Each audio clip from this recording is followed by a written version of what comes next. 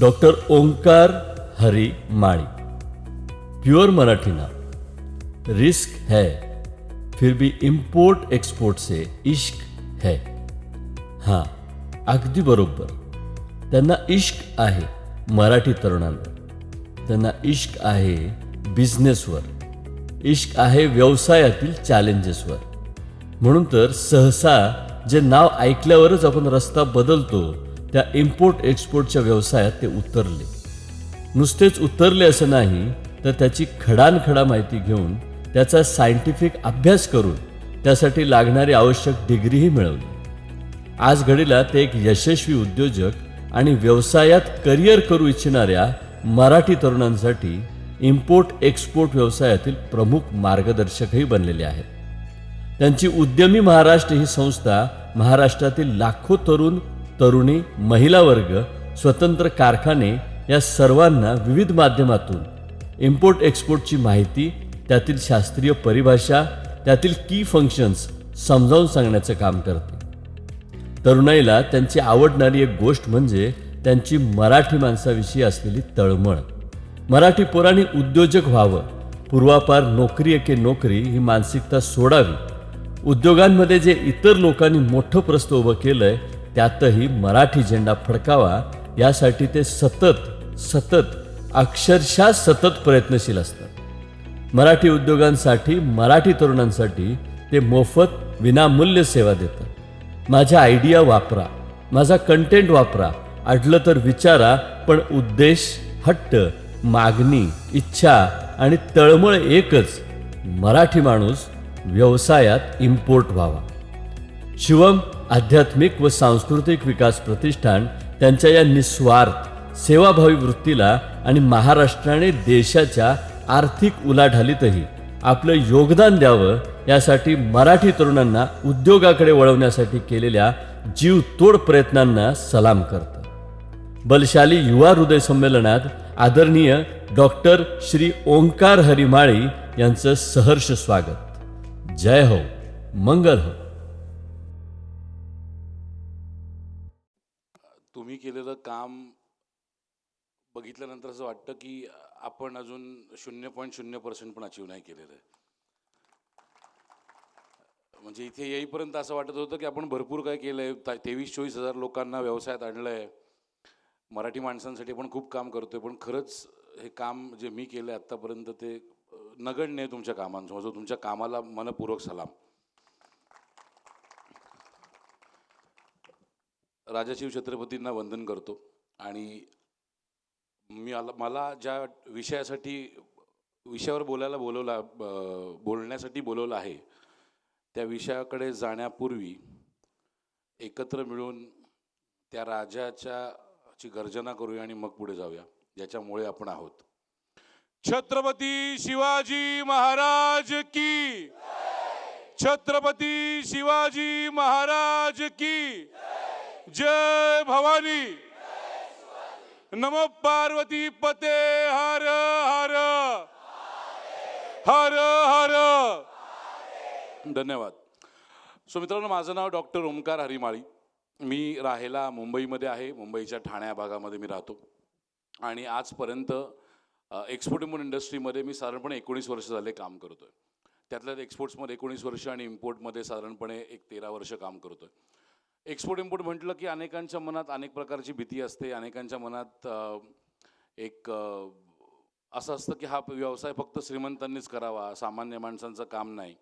आणि त्या हेतूने की जेव्हा मी या व्यवसायात काम करायला सुरुवात केली त्यावेळेस मला एक गोष्ट जाणवली, no offence to any community, की या व्यवसायामध्ये पाटील कमी आणि पटेल जास्त दिसत होते मला। त्यामुळे असं वाटलं की आपल्या मराठी मुलांनी पण या व्यवसायात यावं। त्यामुळे स्वतःचा व्यवसाय पहिले सुरू केला, स्टेबल केला आणि नंतर मग एक ठरवलं की आता आपण महाराष्ट्रातल्या युवकांनी व्यवसायामध्ये यावं यासाठी काम सुरू करावं। आणि त्याच हेतूने 2020 साली मी उद्यमी महाराष्ट्र नावाची एक संस्था सुरू केली। मुळात मी ट्रेनिंग इन्स्टिट्यूट चालवत नाही, मी एक चळवळ चालवतो। एका मराठी माणसांनी अनेक मराठी माणसांनी व्यवसाय करावा यासाठी सुरू केलेली एक चळवळ। आणि अभिमानाने सांगायला आवडेल की आजपर्यंत सुमारे 23 ते 24 हजार लोकांनी माझ्याकडनं व्यवसाय शिकून व्यवसाय चालू केलेत.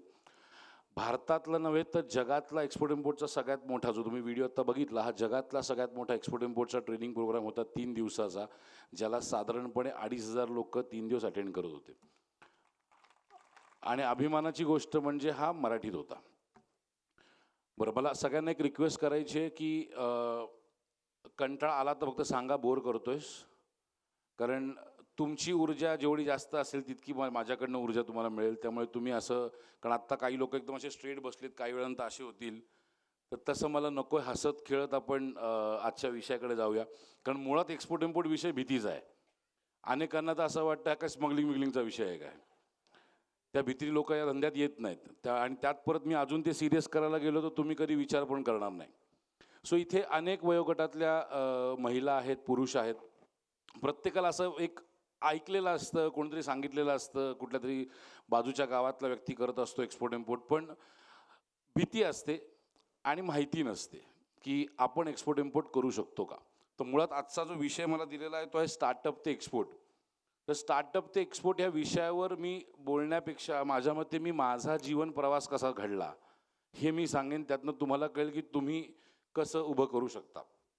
आता माझ्या बाबतीत सांगायचं झालं तर माझं लहानपण मुंबईमध्ये भांडूप नावाची एक जागा आहे, तिकडच्या झोपडपट्टीमध्ये गेलेलं आहे. माझे वडील कामगार म्हणून काम करायचे, माझे आजोबा सुतार काम करायचे. त्यामुळे घरामध्ये व्यवसायासाठी लागणारं भांडवल किंवा व्यवसायासाठी लागणारा सपोर्ट हे दोन्ही नव्हतं.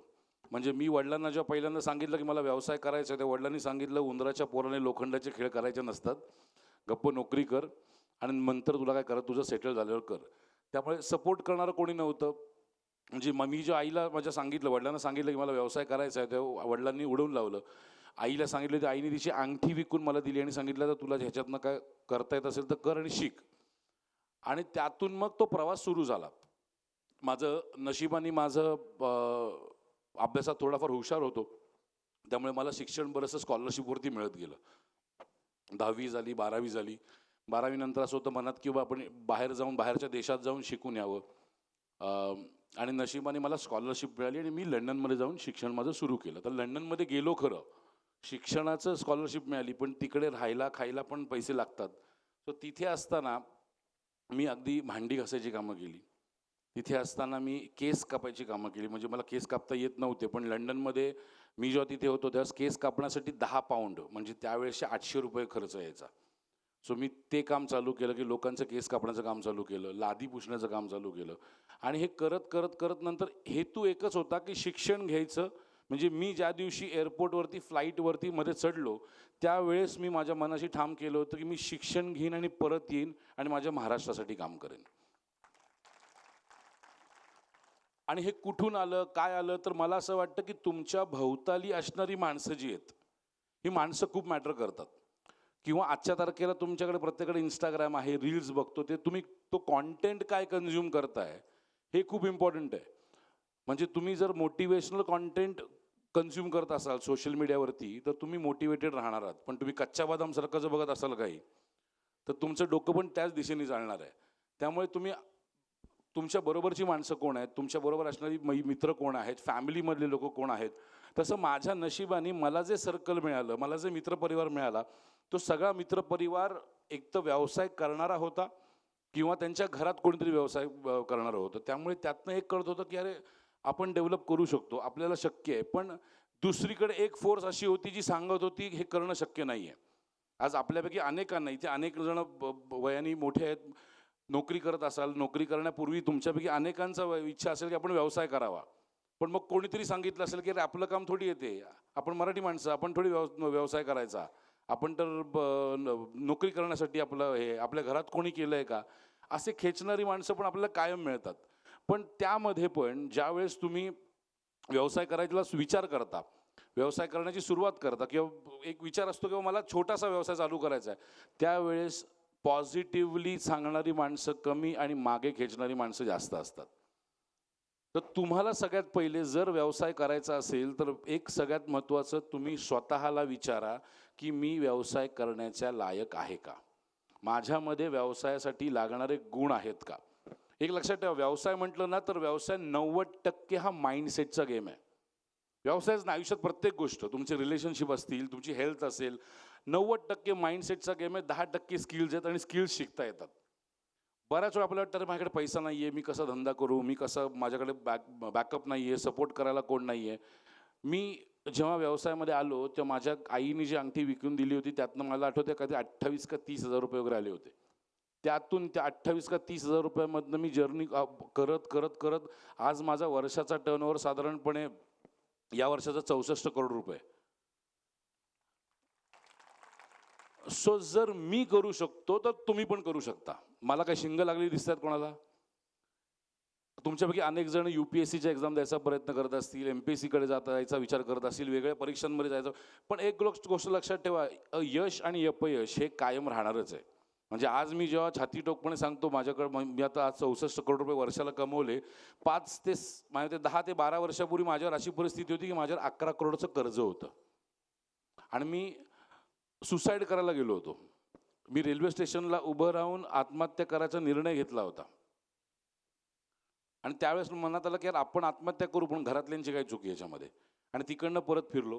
त्यामुळे जर तुम्हाला व्यवसाय करायचा असेल तर मला एक वाटतं की व्यवसाय कुठला करायचा याच्यापेक्षा व्यवसाय का करायचा. Wien your why is strong, your how and what becomes easy. जेव्हा तुमचा का स्पष्ट असतो ना, जेव्हा तुमचा का स्ट्रॉंग असतो की मला व्यवसाय का करायचा आहे, पैसे कमवायला, तर पैसे तर नोकरीत पण मिळतात. तुम्हाला व्यवसाय का करायचा एकदा शांतपणे बसून विचार करा. ज्यांना व्यवसाय करायचा आहे, ओके, किती जणांना ज्यांना नोकरीच करायची, बाकीच्यांना का असंच राहायचं आहे. मध्यंतरी मी एका कार्यक्रमाला मुंबईत होतो, त्यावेळेस मी विचारलं की इथे किती महिला आहेत, त्यांनी हात वरती करा. काही महिलांनी हात वरती केले. मी विचारलं किती पुरुष आहेत, त्यांनी हात वरती करा. काही पुरुषांनी हात वरती केले. काही लोकांना दोघीकडे हात वरती नाही केले. मीच कन्फ्यूज झालो, नक्की काय समजायचं. किती जण आहेत इथे ज्यांना व्यवसाय करायचा आहे. मग मगाशी काय झालं होतं. ऑलराईट. सो जर व्यवसाय करायचा असेल तर सगळ्यात महत्त्वाची गोष्ट मी तुम्हाला एक लाईनअप देतो व्यवसाय चालू करण्यासाठी, किंवा असेल जर व्यवसाय तर तो वाढवण्यासाठी. सगळ्यात पहिले तुम्हाला तो व्यवसाय का करायचा आहे. दुसरा कोणीतरी व्यवसाय करतोय, त्याच्याकडे BMW आहे म्हणून मी पण व्यवसाय करेन आणि माझी मर्सिडीज घेईन, अशा माइंडसेटमध्ये जर तुम्ही काम करत असाल तर माफ करा, तुमचा व्यवसाय घरातली असलेली नॅनो पण विकायची वेळ येईल. व्यवसाय करण्याचं सगळ्यात महत्त्वाचं एक विजन लक्षात घ्या. जेव्हा तुम्ही एखादा प्रॉब्लेम सॉल्व्ह करताना, बघा, मी व्यवसाय म्हणजे मी छोटे मोठे व्यवसाय नाही बोलत आहे. मी व्यवसाय ते बोलतोय जे पुढे जाऊन 100 करोड, 150 करोड, 500 करोडचे व्यवसाय बनतील असे व्यवसाय बोलतोय. सो ज्या वेळेस तुम्ही प्रॉब्लेम सॉल्व्ह करायला चालू करताना त्यावेळेस तुम्हाला त्या व्यवसायातनं मोठा पैसा मिळतो. जनरल छोटा मोठा पैसा 1 करोड, 2 करोड, 3 करोड तर सगळेच कमवतात, काही मोठी गोष्ट नाही आहे. पण जर मोठा पैसा कमवायचा असेल तर मोठा प्रॉब्लेम सॉल्व्ह करणं गरजेचं. म्हणजे माझा एक स्टुडंट आहे, तो कांद्यापासून जे कांद्याची जी सालं निघतात, कांदा जे सुकवला जातो ते जी सालं निघतात, ती सालं माझ्यामध्ये शेतकरी फेकून देतात. ती जमा करतो आणि नंतर ती प्रोसेस करून ती विकतो. ती कांद्याची सालं प्रोसेस करून विकून त्या मुलांनी गेल्या 1 वर्षामध्ये 4.5 करोडचा धंदा केला आहे कचऱ्यामधनं. आपल्याला बऱ्याच वेळा प्रश्न पडतो की आम्ही काय करू, कुठला व्यवसाय करू हे माहीत नसतं. व्यवसाय करायची इच्छा खूप असते पण कुठला व्यवसाय करू हे माहीत नसतं.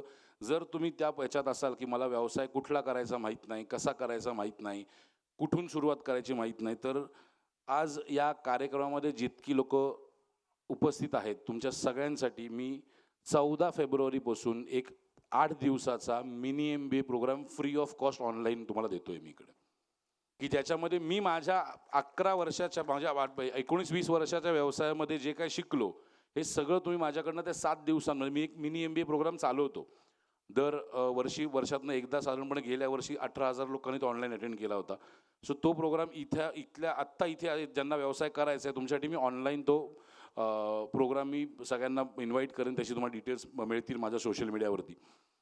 सो व्यवसायाचा विचार जेव्हा करतो आपण, व्यवसाय चालू करताना सगळ्यात पहिले तुमचा का स्ट्रॉंग असणं गरजेचं आहे. पैसा कसा येईल ह्याचा विचार करू नका की मला भांडवल कसं मिळेल. मुळात आजच्या तारखेला ज्या जमान्यात आपण वावरतोय त्या जमान्यामध्ये जर तुम्ही काही ठराविक गोष्टी शिकलात तर तुम्हाला आयुष्यात कधीही पैशाला कमी नाही पडू शकत असं मला वाटतं. सगळ्यात पहिले तर आजच्या तारखेला AI, आर्टिफिशियल इंटेलिजन्स.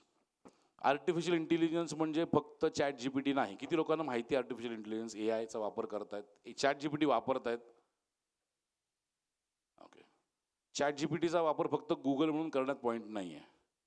AI तुम्हाला शिकावं लागेल. ChatGPT म्हणजे फक्त AI म्हणजे फक्त ChatGPT नाही आहे, त्याच्या पुढे पण आहे. सो ChatGPTचे जर तुम्ही Coursera वगैरे सारख्या प्लॅटफॉर्मवरती गेले तर ₹500-500 कोर्सेस आहेत, पूर्ण कोर्सेस, की जिकडे तुम्ही वेबसाईट कशी बनवायची ते शिकवलं जाऊ शकतं. तुम्ही डिझाईन्स कसे बनवायचे ते शिकवलं जाऊ शकतं. ॲप कसं बनवायचं हे शिकवलं जाऊ शकतं, शिकवलं जातं. आणि त्यातून मग तुम्ही तुमचा व्यवसाय चालू करू शकतो. सगळ्यात पहिलं AI. दुसरं, एक गोष्ट जी प्रत्येकाला, ज्याला व्यवसाय करायचा आहे, ज्याला नोकरी करायची आहे, जे गृहिणी असतील, प्रत्येकाने जी शिकणं गरजेचं आहे म्हणजे सेल्स. ज्या माणसाला विकता येऊ शकतं तो माणूस आयुष्यात कधीही उपाशी राहू शकत नाही. सेल्स हा सगळ्यात इम्पॉर्टंट फॅक्टर आहे. बघा आपल्याकडे प्रॉब्लेम काय होते का, आपण कधीतरी शिवी दिल्यासारखं बोलतो, अरे तो मार्केटिंग करतोय. इतकं कॅज्युअली आपण बोलतो की तो मार्केटिंग करतो म्हणजे आपण शिवी देतो तसं. पण जर तुम्ही एखाद्या व्यवसायाची बॅलन्स शीट बघितलीत तर त्याच्यामध्ये सगळे डिपार्टमेंट डेबिटमध्ये असतात, फक्त एकच सेल्स डिपार्टमेंट म्हणजे याच्या क्रेडिटमध्ये असतो. सो ज्याला सेल्स जमतो, आज जगातला सगळ्यात हायेस्ट पेईंग जॉब हा सेल्सचा आहे. मी सेल्स म्हणजे रस्त्यावर जाऊन अगरबत्त्या घ्या, सॉक्स घ्या ते नाही बोलत आहे सेल्स. मी टेलिफोन सेल्स बोलतोय किंवा 1 to many सेल्स बोलतोय. सेल्सचे बरेच प्रकार आहेत. सो सेल्स शिकणं गरजेचं आहे. पण प्रॉब्लेम आपल्याकडे हाच होतो की आपण सेल्स म्हटलं की घाबरतो.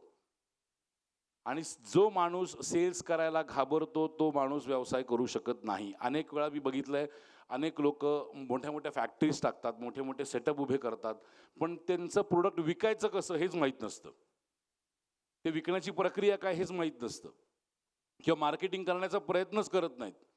सो जर तुम्हाला व्यवसाय चालू करायचा असेल तर मार्केटिंग आणि सेल्स तुम्ही करणं गरजेचं आहे. म्हणजे तसं बघायला गेलं तर आपण रोज जन्माला आल्यापासून मरेपर्यंत रोज मार्केटिंग करतो आणि सेल्स करतो. उदाहरणात द्यायचं झालं तर आपण जन्माला येतो, आपण रडतो, हे झालं मार्केटिंग. मार्केटिंग म्हणजे काय, बोंबाबोंब करणं, आवाज करणं, हे झालं मार्केटिंग. त्याच्या अगेन्स्ट आपल्याला आई दूध देते, हा झाला आपला सेल्स, कारण सेल्स म्हणजे काहीतरी मिळतं आपल्याला. त्याच्यानंतर शाळेत जातो, शाळेत गेल्यानंतर नवीन मुलं मुली दिसतात, त्यांच्याशी बोलायला जातो, हे झालं मार्केटिंग. तिकडनं आपली मैत्री होते, हा झाला सेल्स. तिकडनं पुढे जाऊन आपण कॉलेजमध्ये जातो, एखादा मुलगा किंवा एखादी मुलगी आवडते, तिला प्रपोज करतो, हा झालं आपलं मार्केटिंग. त्याच्यातनं आपलं अफेअर होतं, हे झालं सेल्स. तिकडनं नंतर मग कांदे पोहेचा कार्यक्रम येतो, आमचा मुलगा किती निर्व्यसनी आहे, रोज दारू पिऊन पडत असला तरी, आमची मुलगी कशी सुगरण आहे, चपाती लाटता येत नसेल तरी, हे झालं मार्केटिंग. त्याच्यातनं लग्न होतं, हा झाला सेल्स. सो जन्माला येण्यापासून ते मरेपर्यंत आपण प्रत्येकजण रोज सेल्स आणि मार्केटिंग करतो, पण आपण कधीही धंद्यासाठी ते वापरायला घाबरतो. लक्षात घ्या, सेल्स आणि मार्केटिंग शिवाय आजच्या तारखेला पर्याय नाही आहे. तुम्ही काही करा, नोकरी करा किंवा काही करा. सो तुम्हाला जर व्यवसाय चालू करायचा असेल तर व्यवसायामध्ये कायम एक गोष्ट लक्षात ठेवा की तुमचा माइंडसेट हा खूप इम्पॉर्टंट फॅक्टर आहे. मी again coming back to my story, मी मग कॉलेजमध्ये गेलो. कॉलेजमधनं माझ्या मते 2018 साली वगैरे, 2018 नाही सॉरी 2002 साली मी लंडनला गेलो शिकायला. तिकडे मी जे सांगितलं की तिकडे केस कापायची कामं केली, झाडू काढायची कामं केली.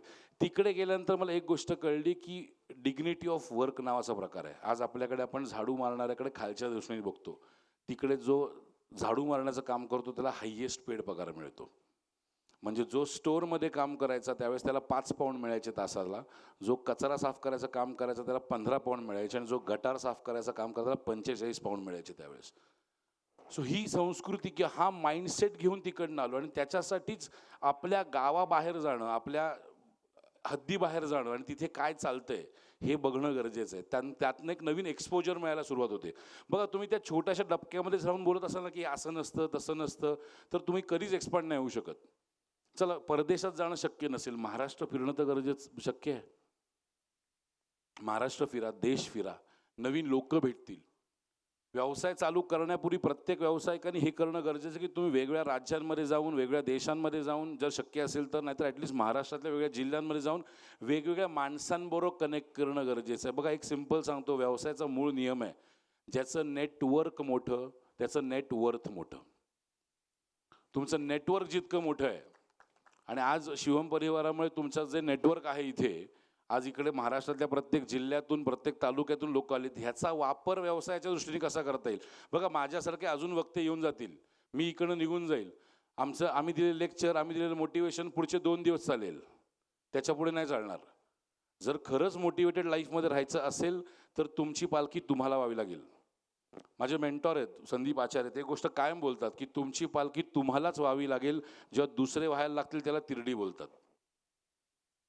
सो तुम्हाला ठरवावं लागेल. मोटिवेशनल स्पीकर किंवा मोटिवेशन स्पीचेस किंवा मोटिवेशनचे रील्स, व्हिडिओज हे एक तात्पुरतं आहे साधन. जेव्हा तुम्हाला आतनं ती ऊर्जा येते ना की मला एक करायचं आहे, मला का करायचं आहे, कशासाठी करायचं आहे, त्यावेळेस तुम्हाला कोणी मागे खेचू शकणार नाही. म्हणजे मी जेव्हा व्यवसाय चालू केला तर माझा का खूप क्लिअर होता. 1, मला पैसा कमवायचा होता. 2, मला त्या झोपडपट्टीमध्ये जिथे मी राहत होतो तिकडनं बाहेर पडायचं होतं. 3, मला माझ्या आईने जिने मला सपोर्ट केला तिच्यासाठी काम करायचं होतं. हा का खूप स्ट्रॉंग होता माझ्यासाठी. त्याच्यानंतर ज्यावेळेस माझ्यावरती ही वेळ आली की मी सुसाईड करायला गेलो, आत्महत्या करायला गेलो, त्यावेळेस माझ्या घरात 2 मुलं होती. 11 करोडचं कर्ज होतं माझ्यावरती आणि 2 करोड 48 लाख रुपयाचं लॉसेस होते. टोटल सगळा मिळून 11, 13, 13.5 करोडच्या आसपास होता.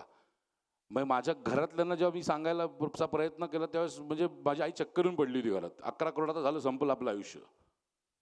1.5 वर्षात संपवलं कर्ज, 1.5 वर्षात.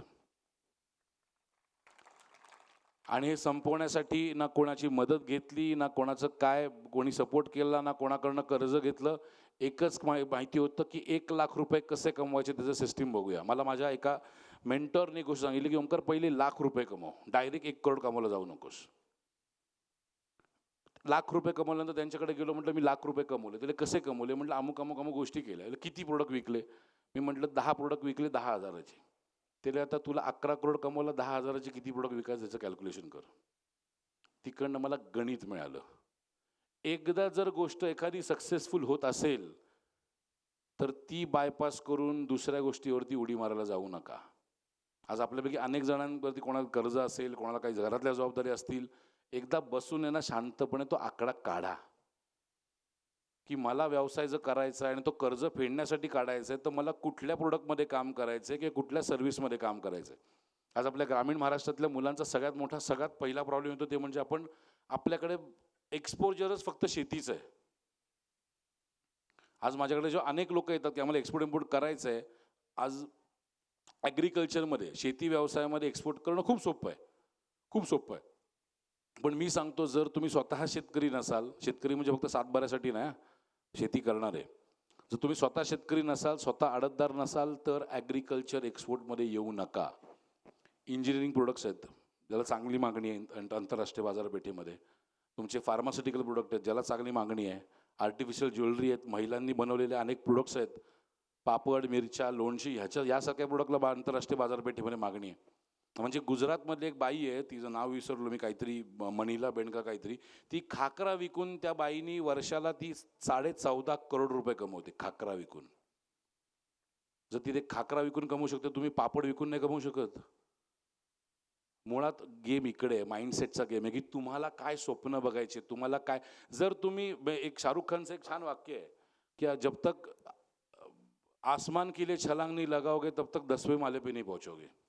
जर तुम्ही उडीच मोठी नाही घेतली, जर विचारच मोठे नाही केले तर तुम्ही राहणार त्या डबक्यातच आहात.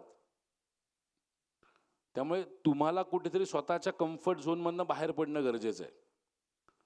आणि त्या कम्फर्ट झोनमधनं बाहेर पडण्यासाठी एक सिम्पल फॉर्म्युला आहे, तो म्हणजे जे तुम्हाला ज्याची भीती वाटते ना, इथे अनेक जण आहेत MPSC करत असतील, UPSC करत असतील, वर्स्ट काय होईल, वाईटात वाईट काय होईल, फेल व्हाल,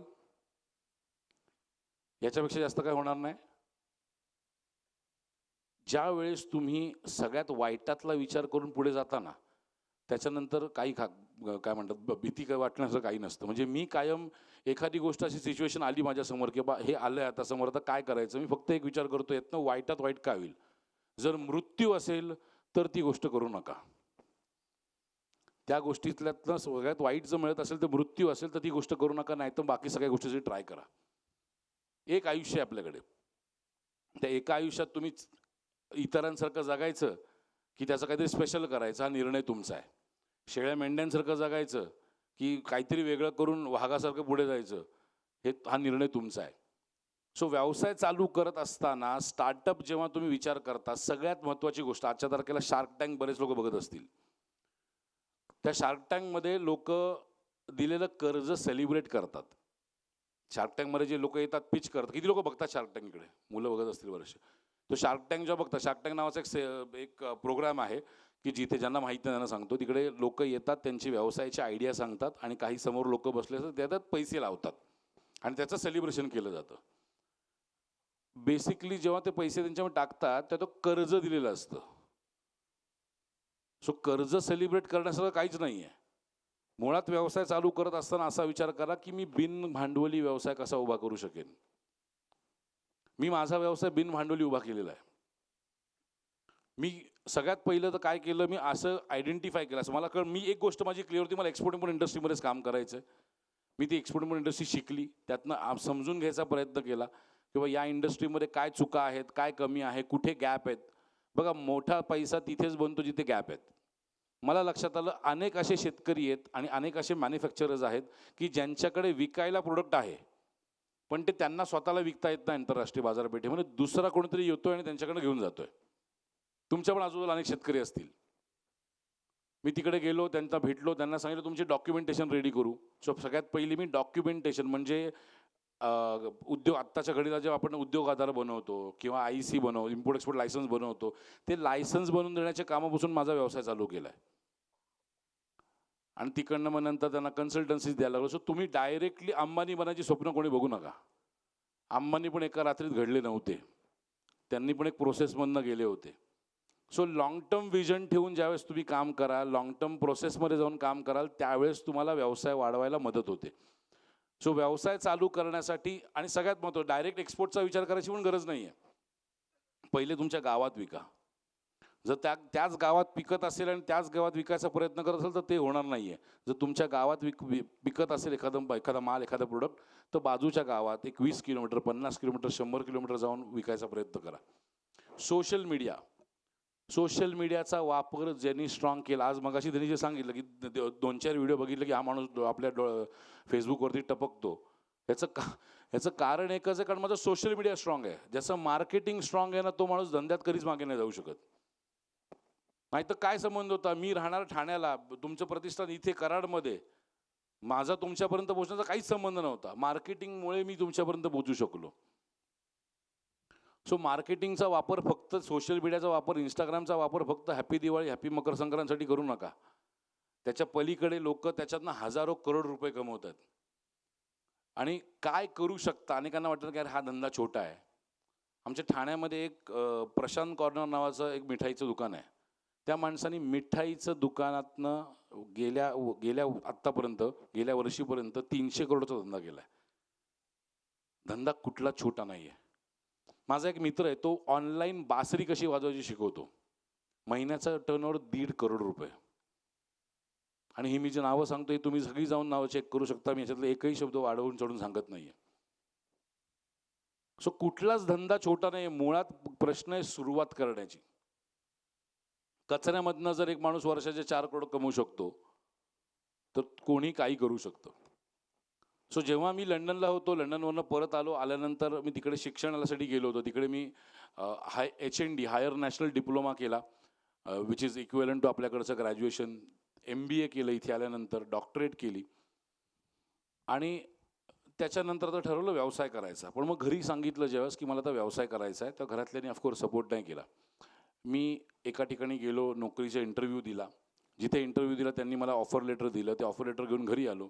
घरच्यांना सांगितलं, तर हे मी मुलांना तुम्हाला हे सजेशन देत नाही, मी माझं फक्त सांगतोय, नाही तर परत हे जाऊन घरी कराल. मी घरी जाऊन सांगितलं की मला नोकरी मिळाली. सकाळी ऑफिसच्या टायमाला घरातून निघायचो, एका कॉफी शॉपमध्ये बसायचो. तिकडे कॉफी शॉप पण नव्हते, साधे टपऱ्या असायच्या त्यावेळेस. त्या कॉफी शॉपमध्ये जाऊन बसायचो. तिकडे जाऊन दिवसभर काम करायचं. नोकरी सुटायच्या वेळेला घरी यायचं. हे असं जवळजवळ 6.5-7 महिने केलं आणि पैसे आईकडनं घ्यायचे. आई विचारायची, अरे तू कमवतोयस आत्ता? मी सांगायचो, नाही, माझ्या व्यवसायासाठी सेव्हिंग करतोय. असं करत करत करत ज्यावेळेस पहिला माझ्याकडे पगार आला, पहिले माझं ट्रेड झाला, पहिला माझा जेव्हा एक्सपोर्टचं डॉक्युमेंटेशन सर्व्हिसेसचे मला पैसे आले, ते जाऊन घरी दिले आणि त्यावेळेस सांगितलं की मी आत्तापर्यंत हे करत होतो. मुलांच्या बाबतीत, मुलींच्या बाबतीत अनेक वेळा हा प्रश्न येतो की घरातले सपोर्ट नाही करत, घरातले मागे खेचतात, किंवा त्यांचं पण बरोबर असतं. लक्षात ठेवा, जेव्हा स्पेशली युवकांना सांगतो की घरातल्यांना तुम्ही जेव्हा सांगता की व्यवसाय करायचा आणि जेव्हा ते सपोर्ट नाही करत, तर त्यांचं पण बरोबर असतं. कारण त्यांनी कधीतरी अनुभव घेतला असतो किंवा त्यांनी व्यवसाय चालू केला असतो, तो लॉसमध्ये गेलेला असतो. त्यांच्या मित्रांनी कधीतरी व्यवसाय केला असतो, तो लॉसमध्ये गेलेला असतो. सो त्याच्यातनं जर तुम्ही त्यांना जर अपोज करायला जाल, त्यांना विरोध करायला जाल, तर त्यावेळेस ते कधीच तुमच्या बरोबरीला येणार नाही आहेत. एकतर त्यांना कन्व्हिन्स करायचा प्रयत्न करा. नाही, जर कन्व्हिन्स होत नसतील तर सिम्पल आहे, न सांगता डायरेक्ट रिझल्ट दाखवा. ज्या वेळेस अकाउंटला पैसे यायला लागतात ना, ते सगळे तयार होतात. सो मी जेव्हा वडिलांना जाऊन सांगितलं की मी असं असं केलं, तर थोडे चिडले आणि नंतर मग हळूहळू सपोर्ट करायला लागले. हे सुरुवात असताना सगळं ठीक होतं, पण मग नंतर जेव्हा व्यवसाय चालू झाला, मी डायरेक्ट माझ्या नशिबाने मला पहिली ऑर्डर मिळाली, तीच डायरेक्ट बांगलादेशची मिळाली, इंटरनॅशनल ऑर्डर मिळाली. पण मी लोकल बिझनेसमध्ये पण प्रयत्न करत होतो. पण मला एक गोष्ट क्लिअर होती की आलेली प्रत्येक अपॉर्च्युनिटी मला सोडायची नाही आहे. म्हणजे माझं जे कोर प्रोडक्ट जे मी एक्सपोर्ट करतो ते फ्रेंच फ्राईज, मॅकडॉनल्ड्समध्ये आपण जे खातो फ्रेंच फ्राईज, ते फ्रेंच फ्राईज मी एक्सपोर्ट करतो. तळायच्या आधी ते हे होतात, फ्रोझन होतात. सो मला ते फ्रेंच फ्राईज विकत असताना बांगलादेशमधला माझा एक बायर बोलला की आम्हाला कांद्याची मागणी आहे, व्हाईट सफेद कांद्याची रिक्वायरमेंट आहे. मी त्यांना हे नाही बोललो की नाही मी कांदा नाही करणार, फक्त फ्रेंच फ्राईज करेन. जी मिळेल ती संधी आपली, ज्यातून पैसा मिळेल, ज्यातून एथिकली पैसा मिळेल, तो पैसा मिळण्याची प्रत्येक संधी घेण्याची तयारी तुमची असणं गरजेचं आहे. आणि मग त्यातनं कांदा एक्सपोर्ट करायला लागलो, सफेद कांदा. मग तिकडनं त्यांनी रिक्वायरमेंट दिली, मला डिहायड्रेट ओनियन पाहिजे, मग कोणी सांगितलं अगरबत्ती पाहिजे. असं करत करत करत आजपर्यंत 64 प्रोडक्ट एक्सपोर्ट केलेत मी. सो हे 64 प्रोडक्ट एक्सपोर्ट करण्यासाठी मला काय एका रात्रीत झालं नाही आहे, एका रात्रीत काही होणार नाही आहे. एक दिन में नहीं होगा पर एक दिन जरूर होगा, ही गोष्ट कायम लक्षात ठेवा. पण सगळ्यात महत्त्वाची गोष्ट ती म्हणजे तुमची कन्सिस्टन्सी, सातत्य. आपल्याकडे लोक इंस्टाग्रामच्या रील बघतात आणि त्या रील बघून वाटतं, अरे हा बघितलं, हा आत्तापर्यंत आपल्यावर इथं नाकावर असायचा, आता एवढा मोठा झाला. त्यांनी त्याच्यासाठी काय घासली आहे, त्यांनी काय मेहनत घेतली आहे, याचा विचार कोण करत नाही. सो जर मेहनत करायची तयारी असेल, जर काम करायची तयारी असेल, जर असणाऱ्या सिस्टीम्स फॉलो करायची तयारी असेल, तर तुम्ही कुठल्याही व्यवसायामध्ये अपयशी होऊ शकत नाही. आणि सगळ्यात महत्त्वाची गोष्ट म्हणजे तुम्हाला कोणीतरी एक मेंटॉर असणं गरजेचं आहे. एक गोष्ट कायम लक्षात ठेवा. कोणीतरी एक व्यक्ती जो तुमच्यासाठी धंदा नाही करणार, पण तुम्हाला दाखवेल, त्या धंद्यामध्ये गाईड करेल, बिझनेसमध्ये तुम्हाला सपोर्ट करेल, हा दाखवणारा व्यक्ती खूप इम्पॉर्टंट असतो प्रत्येकाच्या लाईफमध्ये. कारण एखादा व्यक्ती जर तुम्हाला गाईड करायला तयार असेल तर त्याचा हात सोडू नका कधी. अनफॉर्च्युनेटली मी जेव्हा एक्सपोर्ट इंडस्ट्रीमध्ये आलो तेव्हा मला एक जण होते की जे बोलले तुला मी गाईड करतो म्हणून, पण मी त्यावेळेस दुर्लक्ष केलं. म्हटलं आपण हुशार ना, आपल्याला काय गरज आहे कोणी शिकवायची. पण आज जाणवते की जर त्या माणसाने त्यावेळेस मला सपोर्ट केला असता, मी त्याचा हात धरला असता, तर मी कदाचित आज ज्या ठिकाणी आहे त्याच्या कमीत कमी 4 ते 5 पट पुढे असतो. अनेक वेळा लोक तुम्हाला सांगतील की तुम्ही हे करा ते करा, पण बऱ्याच वेळा लोक हे सांगत नाहीत की तुम्ही काय करू नका. व्यवसाय चालू करायचा असेल तर सगळ्यात महत्त्वाचे काही 3 ते 4 गोष्टी सांगतो ज्या करू नका कधी. सगळ्यात पहिली गोष्ट काय करू नका, तर नॉलेज न घेता व्यवसाय चालू करू नका. नॉलेज घेतल्याशिवाय व्यवसाय करायचा नाही. कुठलंही नॉलेज असेल, तुमचा प्रोडक्टचा रिसर्च असला पाहिजे, प्रोडक्ट कुठे विकायचा याचा रिसर्च पाहिजे. जर तुम्ही सर्व्हिस देणार असाल तर ती सर्व्हिस कुठे द्यायची याचा रिसर्च असला पाहिजे. रिसर्च शिवाय काही होणार नाही आहे. कुठलाही मोठा व्यक्ती, कुठलाही श्रीमंत व्यक्ती प्रोडक्टच्या बाबतीत किंवा सर्व्हिसेसच्या बाबतीत रिसर्च केल्याशिवाय पुढे नाही गेला. असं मनात आलं हे प्रोडक्ट आणि विकायला चालू केलं असं नाही होऊ शकत. तुम्ही कुठलं प्रोडक्ट विकणार आहात, त्याला पॅकेजिंग काय गरजेचं आहे, त्याला सिस्टीम्स कुठल्या गरजेच्या आहेत, त्याचं काय म्हणतात स्टोरेज कसं होणार आहे, हे सगळं पहिले शिकून घ्यावं लागेल. आणि हे शिकून इंटरनेटवर होत नाही, खाली जमिनीवरती उतरावं लागतं. कोणीतरी 2-4 लोकांनी दिलेल्या सल्ल्याप्रमाणे पण ते होणार नाही. तुम्हाला ॲक्च्युअल फील्डवरती जाऊन 20-25 लोकांना भेटावं लागेल. सो सगळ्यात पहिले व्यवसाय चालू करण्यासाठी एक तर प्रोडक्ट डिसाईड करा किंवा कुठली सर्व्हिस देणार ते विचार करा. प्रोडक्ट आणि सर्व्हिसचा निर्णय झाल्यानंतर ते कुठे विकायचं आहे, कुठल्या देशात विकायचं आहे किंवा कुठल्या राज्यात विकायचं आहे, कुठल्या तालुक्यात विकायचं आहे, त्या तालुक्याचा अभ्यास असणं गरजेचं आहे. त्या राज्याचा अभ्यास असणं गरजेचं आहे. सो पहिले प्रोडक्ट रिसर्च करा. जे लिहून घेत आहेत त्यांना सांगतोय, सगळ्यात पहिले प्रोडक्ट रिसर्च करा. प्रोडक्ट रिसर्च झाल्यानंतर तो प्रोडक्ट जिथे विकणार आहात त्या टार्गेटेड मार्केटचा रिसर्च करा. त्या टार्गेट मार्केटचा रिसर्च झाल्यानंतर त्या मार्केटसाठी लागणारं मार्केटिंगचं काय, मार्केटिंग कशी आहे. बघा, मार्केटिंग ना प्रत्येक मार्केटसाठी मार्केटिंग वेगवेगळी आहे. तुम्ही जर B2B म्हणजे बिझनेस टू बिझनेस प्रोडक्टमध्ये किंवा सर्व्हिसमध्ये काम करत असाल तर तुम्हाला गुगल, लिंक्डइन हे प्लॅटफॉर्म स्ट्रॉंगली कामाला येतील. जर तुम्ही B2C म्हणजे बिझनेस टू कस्टमर सारख्या प्रोडक्टमध्ये काम करत असाल तर तुम्हाला इंस्टाग्राम, फेसबुक हे प्लॅटफॉर्म कामाला येतील. सो प्रत्येक प्रोडक्टप्रमाणे मार्केटिंगचे प्लॅटफॉर्म पण वेगवेगळे आहेत. सो ते मार्केटिंगचे प्लॅटफॉर्म कुठले आहेत तुमच्या प्रोडक्टसाठी ते समजून घ्या. ते समजून झाल्यानंतर तुमचं प्रोडक्ट विकत घेणारा व्यक्ती कोण आहे हे तुम्हाला माहिती असणं गरजेचं आहे, ज्याला बायर पर्सोना म्हटलं जातं. आपण बऱ्याच वेळा विचारतो, माझ्याकडे काही लोक येतात का, मी विचारतो काय कुठलं कोण तुमचं टार्गेटेड कस्टमर कोण आहेत. सगळेच कोणाचे टार्गेटेड कस्टमर नसतात. अहो, साधी जी टूथपेस्ट आपण जी रोज वापरतो ना त्याचे पण कस्टमर सगळेच नाही आहेत. प्रत्येक प्रोडक्टसाठी वेगळा बायर पर्सोना आहे. तो बायर पर्सोना किंवा बायरचं व्यक्तिमत्व हे तुम्हाला माहिती असणं गरजेचं आहे की माझं प्रोडक्ट कोण विकत घेणार आहे, काय वयोगटातली माणसं प्रोडक्ट माझं विकत घेणार आहेत, स्त्रिया जास्त घेणार आहेत की पुरुष जास्त घेणार आहेत. हे ज्यावेळेस तुम्ही रिसर्च स्ट्रॉंगली कराल, बघा तुम्ही व्यवसाय चालू करायचा ज्यावेळेस विचार कराल ना त्यास पहिला महिना हा तुमचा फक्त रिसर्चमध्ये गेला पाहिजे. प्रोडक्ट रिसर्च, मार्केट रिसर्च, तुमचा बायर पर्सोनाचा रिसर्च, सप्लायरचा रिसर्च. दुसरा महिना तुमचा 60% रिसर्च आणि 40% ॲक्च्युअल फील्डवरती उतरण्यामध्ये गेला पाहिजे आणि त्याच्यानंतरचे सगळे महिने ॲक्च्युअल फील्डवरती जाऊन काम करण्यामध्ये गेला पाहिजे. डायरेक्टली मनात आलो आणि व्यवसाय चालू केला या फंडामध्ये प्लीज काम करू नका. लॉंग टर्म व्यवसाय नाही उभा करू शकणार. आणि दुसरं सगळ्यात महत्त्वाचं, तुम्ही स्वतः ब्रँड कसे बनाल याचा विचार करा. ज्या दिवशी तुम्ही ब्रँड बनता किंवा ज्या दिवशी तुमचं प्रोडक्टचा एक ब्रँड उभा राहतो त्याच्यानंतर तुम्हाला कोणी मागे खेचू शकत नाही. आणि ब्रँड एका दिवसात बनत नाही. ब्रँड बनायला काही 5-5 वर्ष लागतात, काहीला 50-50 वर्ष पण लागतात. पण व्यवसाय चालू करताना फक्त माझं कर्ज फेटाळून व्यवसाय चालू करतोय किंवा करते, किंवा व्यवसाय चालू करताना फक्त माझं आत्ता घर चाललं पाहिजे म्हणून व्यवसाय चालू करतोय किंवा करते, या माइंडसेटमधनं व्यवसाय चालू करू नका. व्यवसाय चालू करत असताना कमीत कमी 100 करोडची कंपनी कशी उभी करता येईल त्या प्लॅनिंगनी व्यवसाय चालू केला.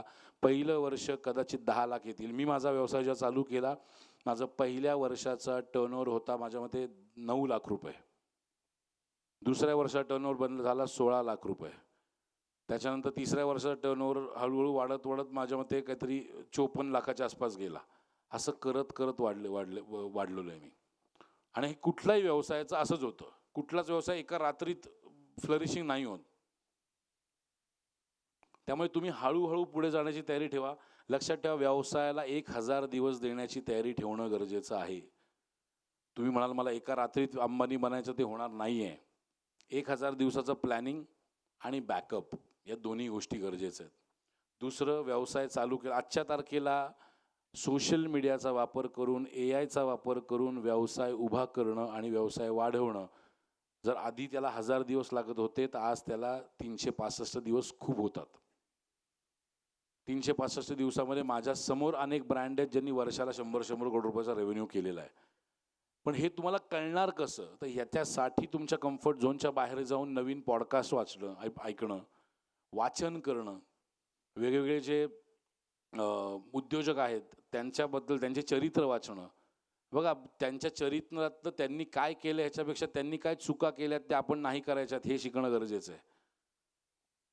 सो तुम्हाला जर व्यवसाय उभा करायचा तर व्यवसाय उभा करणं जितकं सोपं आहे तितकंच कठीण पण आहे. तुम्ही म्हणाल मला फक्त एक दुकान टाकून आयुष्यभर त्या दुकानात बसायचं आहे शेटजी बनून, तर मग याला मी माझ्या दृष्टीने त्याला व्यवसाय नाही म्हणता येणार. कारण मग तो ठीक आहे, तो ते नॉमिनल तुम्ही चालू केलं होते, पैसे घरातनं काही कोणाकडनं कर्ज घेतलं आणि तुम्ही काही वाढवलं नाहीत. व्यवसाय खरा व्यावसायिक माझ्या मते तो असतो जो रोज वाढतो. रोज दिवसाला 1% 1% वाढणं गरजेचं आहे. तुम्ही रोज स्वतःला चॅलेंज करणं गरजेचं आहे. तर तुम्ही खऱ्या अर्थानं व्यावसायिक व्हाल. आणि व्यवसायासाठी एक सिंपल तुम्हाला सिस्टीम देतो. ज्यांना व्यवसाय करायचा आणि व्यवसायामध्ये वाढायचं आहे, व्यवसायामध्ये साधारणपणे 7 डिपार्टमेंट असतात कुठल्याही व्यवसायामध्ये. सगळ्यात पहिलं येतं तुमचं मार्केटिंग, दुसरं येतं तुमचं सेल्स, तिसरं येतं तुमचं रिसर्च अँड डेव्हलपमेंट, चौथं येतं तुमचं अकाउंट्स, पाचवं येतं तुमचं HR ह्युमन रिसोर्सेस, सहावं येतं तुमचं ऑपरेशन्स किंवा ॲडमिन आणि सातवं येतं तुमचं मॅनेजमेंट. या 7 डिपार्टमेंटच्या व्यतिरिक्त कुठलाच व्यवसाय नाही आहे. आणि तुम्ही जरी एकटे व्यवसाय चालू करत असाल तरी पहिल्या दिवसापासून तुमच्या व्यवसायामध्ये या 7 सिस्टीम इम्प्लिमेंट करायला चालू करा. पहिल्या दिवसापासून जरी प्रोप्रायटरशिप फर्म असेल तुमची, तरी पहिल्या दिवसापासून तुमचं विजन हेच असलं पाहिजे की मी पूर्ण एक प्रॉपर कंपनी चालवतोय. आणि त्याप्रमाणे तुमच्या सिस्टीम्स प्लॅन करायला चालू करा.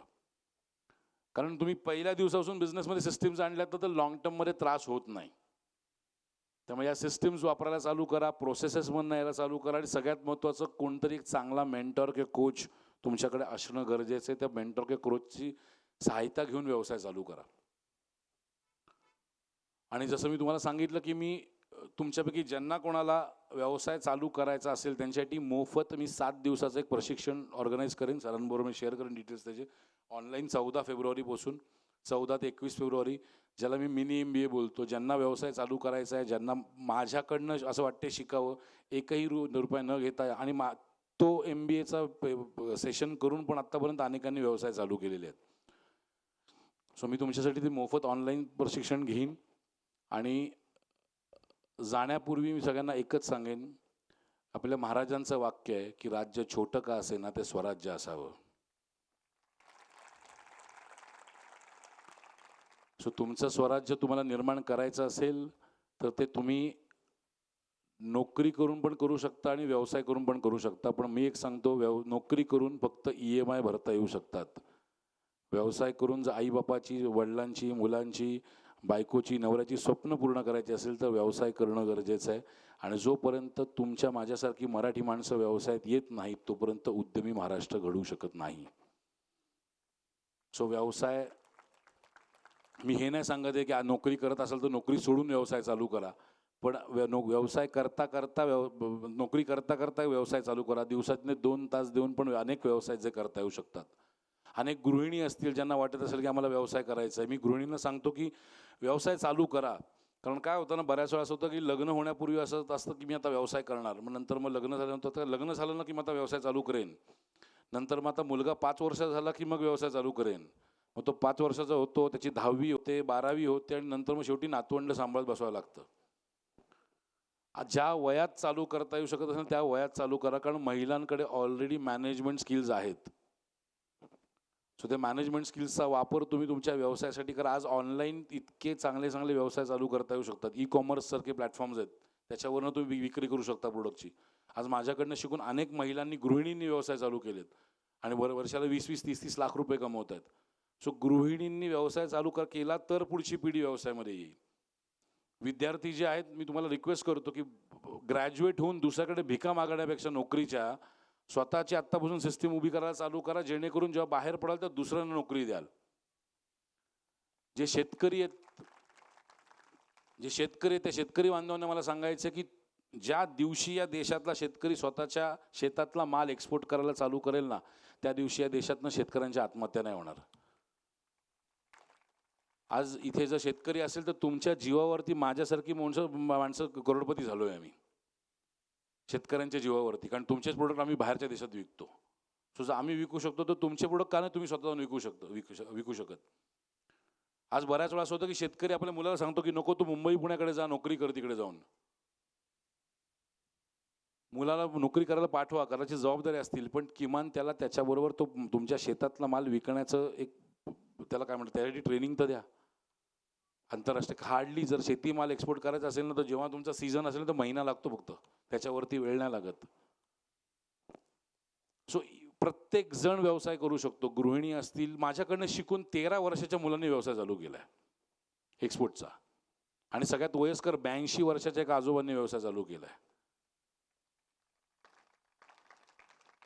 सो जर ते करू शकतात तर तुम्ही पण करू शकता. जर मी करू शकतो तर तुम्ही पण करू शकतो. हे सांगण्याचं इतकं पोटतिडकीने सांगण्याचं कारण एकच आहे की आपल्याकडे ना तू कर मी तुझ्या बरोबर आहे सांगणारी माणसं कोण नाही आहेत. तू कसं नाही, तू कसं अपयशी होतील हे सांगणारी माणसं आपल्याकडे जास्त आहेत समाजामध्ये. आणि त्याच्यामुळे आपल्याकडची माणसं फेल होतात. आणि आज नशिबाने तुमच्याकडे शिवप्रतिष्ठानसारखं एक बॅकअप आहे, एक सपोर्ट आहे, सपोर्ट सिस्टीम आहे अख्खी. त्याचा वापर करा. म्हणजे अगदी एक्सपोर्टचं जाऊ दे, तुम्ही तुमच्या इंटरनली जे तुमचे जिल्हे आहेत त्या जिल्ह्यांमध्ये जरी व्यवसायाचं नेटवर्क चालू केलं. आज BNI सारखे बिझनेस नेटवर्क इंडिया इंटरनॅशनल सारखे अनेक प्लॅटफॉर्म्स आहेत. सो सर माझं तुम्हाला सजेशन आहे की तुम्ही तुमचे बिझनेस नेटवर्किंग इव्हेंट्स चालू करा. जर नसतील तर या बिझनेस नेटवर्किंग इव्हेंट्समधनं माझ्या माहितीप्रमाणे वर्षाला कमीत कमी तुम्ही 500 ते 600 करोडचा धंदा इंटरनली कराल. आज जी गोष्ट मला मुंबईमध्ये लागते, समजा मला साताऱ्यातनं एखादी गोष्ट पाहिजे असेल तर मी जाऊन कुठल्या दुसऱ्याकडनं मागण्यापेक्षा आपल्याच समाजाकडनं किंवा आपल्याच परिवाराकडनं का नाही विकत घेऊ शकत. हे जर नेटवर्क उभा करता आलं व्यवसायाचं आणि ते जर नेटवर्क उभं करण्यामध्ये माझ्याकडनं काय होऊ शकत असेल तर मला नक्की सांगा. मी आवर्जून माझा वेळ लागलाच पैसा जे काय पॉसिबल आहे ते मी देऊ शकतो. कारण ही सिस्टीम आपल्याकडे म्हणजे आता no offence to the community, पण जैन समाज का मोठा झाला आहे, गुजराती समाज का मोठा झाला आहे? कारण त्यांनी त्यांचे नेटवर्क्स उभे केले, त्यांनी त्यांची कम्युनिटी उभी केली. आणि कम्युनिटी उभी करणं म्हणजे फक्त भाषणं देणं नाही. कम्युनिटी उभं करणं म्हणजे फक्त लोकांना एकत्र या आपण अमुक अमुक करू आणि हळदी कुंकू करणं नाही. कम्युनिटी उभं करणं म्हणजे त्या कम्युनिटीतल्या लोकांना रोजगार उपलब्ध करून देणं इंटरनलीच. आज माझे गुजराती मित्र आहेत किंवा जैन समाजातले मित्र आहेत, त्यांच्याकडे जर एखाद्यानी बुटाचं दुकान चालू केलं, शूजचं दुकान चालू केलं तर शूज विकत घेणारी सगळी माणसं त्याच्याच दुकानात जातात, त्यांच्याच दुकानात जातात. आपल्याकडे एखाद्या मराठी माणसाने चालू केलं तर आपण त्याच्याकडे नको जाऊ, याच्याकडे जाऊया. सो हा माइंडसेट कुठेतरी बदलणं गरजेचं आहे की जर आपण वाढलो तर समाज वाढेल. बघा माझा काय कुठल्या समाजावरती राग नाही आहे किंवा माझं कुठल्या समाजावर काय कोणी घोडं नाही मारलं आहे, पण माझ्या मराठीवर प्रेम आहे. मला दुसऱ्या कोणाची रेग नाही पुसायची, पण मला माझ्या मराठीची रेग मोठी करायची. आणि त्याच्यासाठी माझा अट्टाहास आहे की मराठी माणसाने व्यवसाय केलाच पाहिजे आणि तो करू शकतो. हजारो उदाहरणं आहेत आपल्याकडे, मराठी माणसांनी करोडोचे व्यवसाय उभे केलेले, फक्त ते समोर येत नाहीत. सो जाण्यापूर्वी एकच सांगेन की प्रत्येकाने हात जोडून रिक्वेस्ट करतो की छोटा का होईना व्यवसाय चालू करा. आणि आई भवानी चरणी आणि छत्रपती शिवाजी महाराजांचरणी एकच प्रार्थना करतो की तुमच्या प्रत्येकाचा व्यवसाय चालू व्हावा, तो करोडोमध्ये खेळावा. हीच आई भवानी चरणी प्रार्थना करतो, तुमची रजा घेतो. धन्यवाद. जय महाराष्ट्र. तुमचे जर काही प्रश्न असतील तर प्लीज विचारू शकता. येस, प्रश्न आहेत. आपण मगाशी असं म्हणालो होतं की विक्री कौशल्य असणं हे फार महत्त्वाचं आहे. आणि त्या संदर्भात इम्पोर्ट एक्सपोर्टमध्ये बऱ्याच मुलांचे किंवा बऱ्याच लोकांचा असा प्रश्न आहे की आंतरराष्ट्रीय पातळीवरती आपण एखाद्या प्रोडक्टची विक्री करायची तर त्याच्या बाबतीतले काही मनामध्ये प्रश्न असतात, हे एक. आणि बऱ्याच वेळा प्रोडक्टबद्दल पण भीती असते. पण ऑनलाईन प्लॅटफॉर्मवरती आता बघितलं तर उसाचे गरे, शेणीपासून सगळे प्रोडक्ट, चिंचोके हे देखील विकत मिळत आहेत. तर आंतरराष्ट्रीय व्यासपीठाच्या म्हणजे बाजारपेठेमध्ये इम्पोर्ट एक्सपोर्ट करताना प्रोडक्टच्या संदर्भात आपल्या मनातले जे न्यूनगंड आहेत ते कसे कमी व्हायला पाहिजेत आणि इम्पोर्ट एक्सपोर्टमधले अडथळे जे आहेत ते सगळ्यांच्याच मनात भीती आहे. जसं मग तुम्ही स्मगलिंगसारखं काहीतरी असं वाटतं, ती नेमके काय अडथळे असतात आणि ते टॅकल कसे करायला पाहिजेत? ओके, आता सगळ्यात पहिलं प्रोडक्टच्या बाबतीत सांगतो. सगळ्यात पहिलं तर एक गोष्ट लक्षात ठेवा की एक्सपोर्ट इम्पोर्टचा बिझनेस आणि स्थानिक बिझनेस हा दोन्ही सेम आहेत. रादर एक्सपोर्ट बिझनेसमध्ये सिस्टीम जास्त चांगल्या आहेत, सोप्या आहेत. तुम्ही जर व्यवस्थित सिस्टीम लावून धंदा चालू केला तर तुम्हाला ॲडव्हान्समध्ये पैसे येऊ शकतात, जे लोकल बिझनेसमध्ये बऱ्याच वेळा होत नाहीत. त्यामुळे स्थानिक बिझनेसमध्ये जर तुम्हाला काम करायचं, प्रोडक्टच्या बाबतीत जर विचार करायचा झाला तर प्रत्येक प्रोडक्ट जे लिगल आहे ते प्रत्येक प्रोडक्ट एक्सपोर्ट होतं. आणि प्रत्येक प्रोडक्टसाठीचं मार्केट वेगळं आहे. म्हणजे समजा तुम्ही कांदा विकायचा असेल तर तो कांदा पण एक्सपोर्ट होतो. 55 mm कांदा वेगळ्या देशात जातो, 35 mm कांदा दुसऱ्या देशात जातो, सडलेला कांदा तिसऱ्या देशात जातो, कांद्याची सालं चौथ्या देशात जातात. So with the right product you have to enter the right market. सगळेच प्रोडक्ट सगळ्याच मार्केटमध्ये जातील असं काही नाही. आणि प्रोडक्ट माझ्या मते असं निवडणं गरजेचं की ज्या प्रोडक्टमध्ये किंवा ज्या इंडस्ट्रीमध्ये तुम्हाला आवड आहे. कारण जर तुम्हाला आवड असेल त्या इंडस्ट्रीमध्ये तर तुम्ही त्या इंडस्ट्रीमध्ये रिसर्च स्ट्रॉंगली करू शकता. तर त्या तसं प्रकारचं प्रोडक्ट तुम्ही निवडणं गरजेचं आहे. पुढचा प्रश्न काय होता आपला? दादा प्रोडक्ट म्हणजे इम्पोर्ट एक्सपोर्टमधले काही अडथळे आहेत असं मनामध्ये भीती असते की मी विकू शकतो का, मला जपानला विकायचं असेल, अमेरिकेला विकायचं असेल तर कसं विकणार, ही भीती वाटते. ओके. सो आता अडथळे बऱ्याच वेळा काही ठराविक 4-5 अडथळे असतात. एक असतं इंग्लिश किंवा दुसरी फॉरेनची लँग्वेज आम्हाला येत नाही. ही एक भीती असते की आम्हाला दुसऱ्या भाषा येत नाहीत. चला मी म्हणतो मला इंग्लिश येत नसेल, दुसऱ्या देशातली भाषा येत नसेल, हिंदी तर येतं तुटकं मुटकं. जर हिंदी येत असेल तर बांगलादेश आहे किंवा नेपाळ आहे, दुबई आहे, UAE आहे, हे असे देश टार्गेट करून तुम्ही माल विकू शकता. इंग्लिश अगदी तुटकं मुटकं जर येत असेल तर तुम्ही कुठल्याही देशात काम करू शकता. कारण जगातला सगळ्यात मोठा एक्सपोर्ट करणारा जो देश आहे चायना, त्या देशाची बिझनेस लँग्वेज ही इंग्लिश नसून मॅन्ड्रीन आहे, त्यांची स्थानिक भाषा आहे. म्हणजे तिकडे मी जवळजवळ 13 वर्ष चायनाबरोबर काम करतोय. तिकडे आजही मी जर कुठल्या एखाद्या व्यावसायिकाकडे गेलो आणि त्याला एखाद्या प्रोडक्टची किंमत विचारली तर कॅल्क्युलेटर किंवा मोबाईलवरती आकडे टाईप करून सांगतात. त्यांना आकडे धड इंग्लिशमध्ये बोलता येत नाही. आपली तर तेवढी वाईट परिस्थिती नक्कीच नाही आहे. दुसरं एक भीती लोकांच्या मनात असते की आमचे पैसे बुडतील का एक्सपोर्ट इंडस्ट्रीमध्ये. तर त्याच्यासाठी भारत सरकारच्या काही अथॉरिटी आहेत, काही सिस्टीम्स आहेत, ज्याला म्हटलं जातं ECGC, export credit guarantee corporation.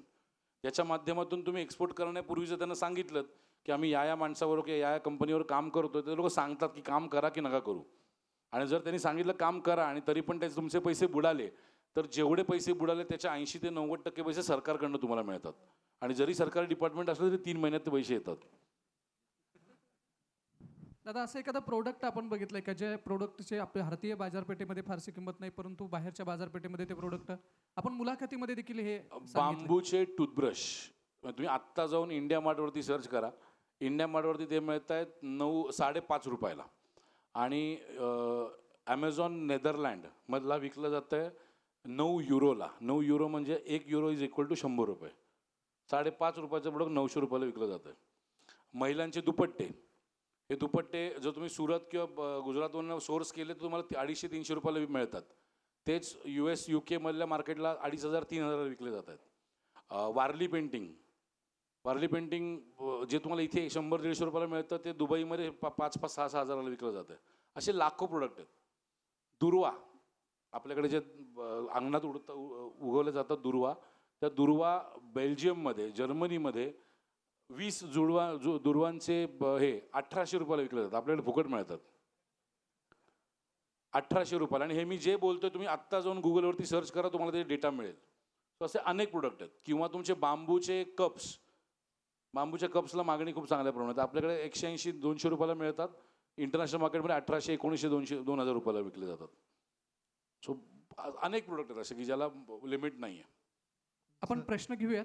Sir, हां. प्रश्न असा आहे की आपण आता तुम्ही आम्हाला तलावाजवळ नेऊन ठेवलंय, म्हणजे आता पाणी प्यायचं का नाही की तो आता आमचा प्रश्न राहिलाय. प्रश्न असा आहे की आता आपण बघतोय की तुम्ही म्हणता की मार्केट चांगलं आहे, परंतु तो आपल्या आता शेतकरी जर बघितले तर कोणाची 5-5, 10-10 एकर शेती आहे. एखादं प्रोडक्ट जर लावायचं म्हटलं, टोमॅटो असेल, मिरची कुठली असेल, तर मोठ्या प्रमाणामध्ये लावता येऊ शकतं आपल्याला. पण त्याची आपल्याला जर वर्क ऑर्डर मिळाली किंवा वर्क ऑर्डरची एक चेन जर असेल, आता कन्स्ट्रक्शन लोकवाली किंवा रोड कॉन्ट्रॅक्टर जे आहेत ते वर्क ऑर्डर घेऊन काम करतात. एक व्यवसायाला त्यांची एक स्टॅबिलिटी असते, एक गॅरंटी असते. आपल्याला वर्क ऑर्डर अशा स्वरूपामध्ये काय तुमच्या थ्रू आपल्याला काही मदत होऊ शकते का, की ती वर्क ऑर्डर मिळाली बाबा ह्या ठिकाणी 500 किलो कांदा द्यायचा आहे, ह्या ठिकाणी 1000 किलो आपल्याला टोमॅटो द्यायचा आहे, म्हणजे काहीतरी एक आपल्याला बेसिक जर काही हातामध्ये एक डॉक्युमेंटरी आली तर आपल्याला खाली काम करता येईल का, ह्या संदर्भात काय आपल्याला तुमची मदत होऊ शकते? बघा, माझ्याकडनं तुम्हाला जी ऑर्डर येईल ना ती एकदा येईल, दोनदा येईल, तीनदा येईल. मी तुम्हाला मासे काढून देतोय, जोपर्यंत काढून देण्याची माझ्यात कुवत आहे तोपर्यंत तुमचं पोट भरेल. त्याच्यापेक्षा मासे मारी करायला शिका. सो एक्सपोर्टचा बिझनेस शिका, सोपा बिझनेस आहे तो. शिकून मग तुम्ही स्वतःहून करू शकता. तुमच्या कराड जिल्ह्यामधला माझ्या आयुष्यातला सगळ्यात पहिला स्टुडंट ज्यांनी एक्सपोर्ट केला माझ्याकडनं शिकून, तो कराडमधला आहे, मयूर सकपाळ. सो माझ्या यूट्यूब चॅनलवर त्याचा इंटरव्ह्यू पण आहे माझ्याबरोबरचा. सो त्यांनी सुरुवात केली अंडी एक्सपोर्ट करण्यापासून, आणि आता माझ्या मते तो ॲग्रिकल्चरमध्ये इम्पोर्ट आणि एक्सपोर्ट दोन्ही करतो आहे. वेगळ्या देशांमधनं माल आपल्या देशामध्ये पण घेऊन येतो, ॲग्रिकल्चरमधला, फ्रुट्समधला, आणि एक्सपोर्ट पण करतो आहे. या वर्षीचं ते टर्नओव्हर 32 करोड रुपये. माझ्याकडे आला ते स्टुडंट होता.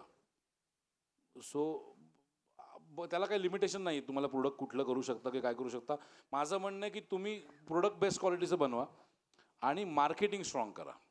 हा जो माइंडसेट आहे ना, मी मुळात तोच तोडायचा प्रयत्न करतो की आमच्याकडे वर्क ऑर्डर आली की मग आम्ही त्याच्यावरती पिकवू. इथे आपण शेतकऱ्यांना ना, सॉरी टू से, पण कमकुवत करतोय. जर शेतकरी स्ट्रॉंग बनणं गरजेचं आहे तर कुठेतरी त्या सिस्टीममध्ये येणं गरजेचं आहे. आज अनेक शेतकरी मी बघितलेत की त्यांचा पर युनिट कॉस्ट नाही काढत. म्हणजे मी जर 1 एकर समजा कांदा लावला तर 1 एकर कांद्यामध्ये समजा 100 किलो माल पिकला, एक्झाम्पल देतोय मी, आणि त्याची समजा मला लागत लागली असेल समजा 10 लाख रुपये, तर 1 किलोची किंमत किती हे 90% शेतकरी काढत नाहीत. ज्या दिवशी शेतकरी ती कॉस्ट पर युनिट कॉस्ट काढायला चालू करतील तेव्हा लक्षात येईल की मला 100 किलो कांदा आहे माझ्याकडे, मला त्याची लागणारी लागत जी लागलेली आहे तेव्हा काय 1 लाख रुपयाची आलेली आहे, तर ₹1 लाख कांदा मी डोमेस्टिक मार्केटमध्ये विकून टाकेन. इंटरनॅशनलमध्ये जो विकेन तो माझा 100% प्रॉफिट. ह्या माइंडसेटमध्ये जर काम करता आलं तर बरंच चांगलं काम होऊ शकतं. सो आणि माझ्याकडनं मी प्रामाणिकपणे माझ्याकडनं सोडा, जगातला कोणी माणूस येऊन बोलला ना तुम्हाला की माझ्याकडे कन्फर्म ऑर्डर आहे, तुम्ही ही लावा, लागवड करा, अशा माणसांवर विश्वास ठेवू नका. कारण तुम्ही शेतीची लागवड केल्यानंतर माल कसा निघणार आहे हे तुम्हाला पण माहीत नसतं अनेक वेळा. म्हणजे मी अनेक लोक मला विचारतात की एक्सपोर्ट क्वालिटीचं प्रोडक्ट आम्हाला हवं आहे, तर एक्सपोर्ट क्वालिटीचं प्रोडक्ट नावाचं प्रोडक्ट कधीच नसतं. लोक शेण एक्सपोर्ट करतात, एक्सपोर्ट क्वालिटीचं शेण कसं बनवणार? सो त्यामुळे ही माझ्या मते ही चुकीची आहे. एकदा माल आला की तुम्हाला माहिती आहे पीक येणार, त्यावेळेस त्या इंडिव्हिज्युअल माणसाने, भले तुमची 1 कंटेनरची ऑर्डर जरी असेल तरी ती भरपूर होते. 1 कंटेनरमध्ये जर छोटा कंटेनर असेल तर साधारणपणे 22 टन माल जातो, मोठा कंटेनर असेल तर 40 फुटाचा तर 28 टन माल जातो. तेवढे तर तुम्ही स्वतःहून आणि बाजूच्यांचं एकत्र करू शकता. आणि फक्त एकच आहे, शेतकऱ्यांनी एका गोष्टीत ठाम राहणं गरजेचं आहे, म्हणजे ॲडव्हान्सशिवाय काम नाही करणार. आपला माइंडसेट आहे की आपण माल देतो आणि नंतर पैसे घेतो, आणि याचाच फायदा दुबई, बांगलादेश, नेपाळ, पाकिस्तान या लोकांनी घेतला आहे आणि आपल्या लोकांना ॲडव्हान्सेस देत नाहीत. आणि मी माझ्या ट्रेनिंग प्रोग्राम मी तेच शिकवतो की तुम्ही ॲग्रिकल्चर करत असताना पण तुम्ही ॲडव्हान्समध्ये काम कसं करू शकता. सो ॲडव्हान्सशिवाय काम नाही करायचं. नाही माल विकला गेला चालेल, त्या मग इथं भारतात विकू, पण ॲडव्हान्सशिवाय काम नाही करायचं. हां, कोणाला प्रश्न? सर नमस्ते. नमस्कार. राहुल थोरात नाव आहे माझं, कराडचं आहे प्रॉपर. मी आत्ता इन्स्टंट टी कॉफी प्रिमिक्सेस मॅन्युफॅक्चरिंग करतोय आणि मी व्हेजिटेबल सूप्स बनवलेत, डाळीचे सूप, दूध, हळद, थंडाई असं. तर मी आत्ताचं जे गल्फ फूड आहे या महिन्याच्या एंडला, तिथं तुम्ही पण आहात, मग मी तिथं चाललो आहे आणि हे जे सगळे प्रॉडक्ट्स आहेत ह्याचं मला मार्केट करायचं आहे तिथं. मी मागचे 5-6 वर्ष झाले या गोष्टीत प्रयत्नशील आहे. पण होतं काय की ज्यावेळी आम्ही ऑन द टेबल बसतो त्यावेळीस निगोशिएशन आणि माईक जवळ ट्रेड घ्या. टर्म्स आणि ट्रेड टर्म्स आहेत, इथं आमचं जरा कन्फ्युजन होतं आणि त्या गोष्टीचा डिसएडव्हान्टेज घ्यायला जातो किंवा आम्ही मागं सरकतो. तर मी आता दुबईत असताना तिथं कसं काम करू शकेन, तिथं काही मदत होईल का मला तुमची? ओके, आता ट्रेडमध्ये कधीही ट्रेड एक्सपोला जात असताना किंवा एक्झिबिशनला जात असताना एक्झिबिशन 3 फेजमध्ये, तुमचं बघण्याचा दृष्टिकोन 3 फेजमध्ये असला पाहिजे.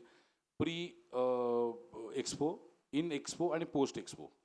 एक्सपोला जाण्यापूर्वी तुम्ही सगळ्यात महत्त्वाचं, जाण्यापूर्वी तिकडच्या लोकांच्या अपॉइंटमेंट्स घ्या. तर तुम्ही गल्फ फूडसाठी रजिस्टर केलं असेल, जिथे रजिस्टर केलं आहे तुम्ही त्यांच्या वेबसाईटवरती कोण लोक तिकडे स्टॉल लावणार आहेत यांची लिस्ट असेल.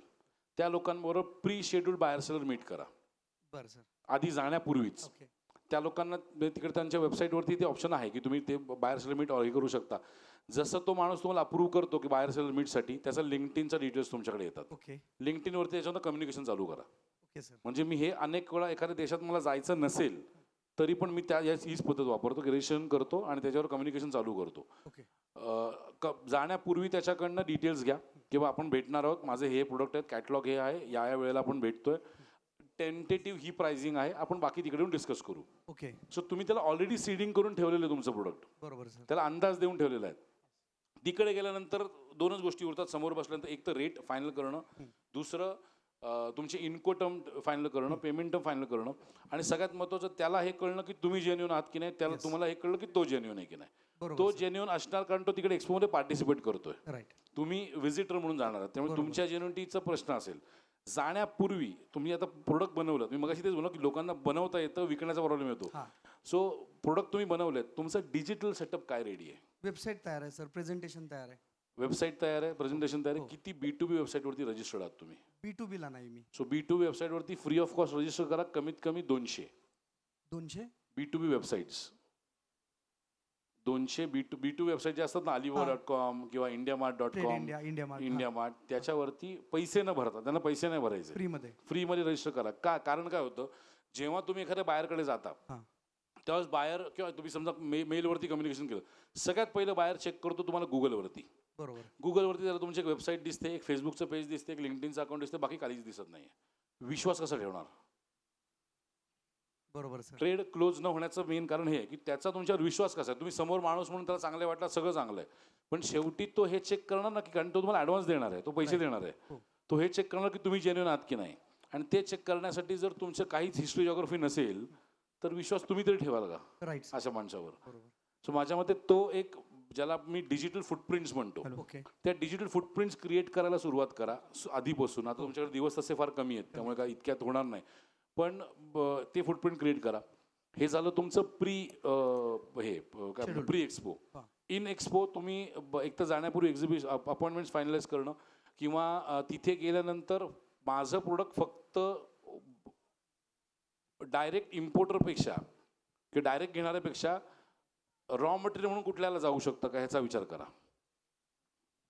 प्री मिक्सेस रॉ मटेरियल म्हणून कोणाला जाऊ शकतात, तर तिकडे होरेगा मध्ये जाऊ, हॉटेल रेस्टॉरंट केटरिंग त्यांना जाऊ शकतात. हो सर. तुमचे प्रीमिक्सेस तुमच्या स्टोर्समध्ये जाऊ शकतात. बरोबर सर. स्टुडंट्स जिथे आहेत जास्त तिथे जाऊ शकतात प्रीमिक्सेस. सो ते एकदा मी मगाशी म्हटलं जे बायर पर्सोना, तर तो बायर पर्सोना तुम्हाला माहिती असलं पाहिजे. लोकांना काय वाटतं, समजा हळद एक्झाम्पल देतोय, हळद म्हटल्यानंतर लोकांना वाटतं की हळद फक्त काय खाण्यासाठी वापरली जाते, पण हळद खाण्यासाठी वापरली जाते, डाईंग इंडस्ट्रीमध्ये वापरली जाते, फार्मास्युटिकल इंडस्ट्रीमध्ये वापरली जाते, बेबी फूड इंडस्ट्रीमध्ये वापरली जाते. हळद तुमची काय म्हणतात स्किन केअरसाठी वापरली जाते. सो त्याचे यूज केसेस वेगळे आहेत. सो तुमच्या प्रोडक्टचे जे जे यूज केसेस असतील ते पहिले आयडेंटिफाय करा, आणि त्याच्यानंतर जे तुमचे एक्झिबिशनची लिस्ट असेल त्यातले सगळे जेवढे लोक आहेत पार्टिसिपेट करणारे त्यांचे प्रोफाईल चेक करा की तिथे तुमचं प्रोडक्ट कुठे फिट होईल. Okay sir. आणि मग त्यांना अप्रोच करा. नाही तर काय, तुम्ही एक्झिबिशनला जाल, फिराल, कंटाळून परत याल, त्यातनं काहीच आउटपुट निघणार नाही.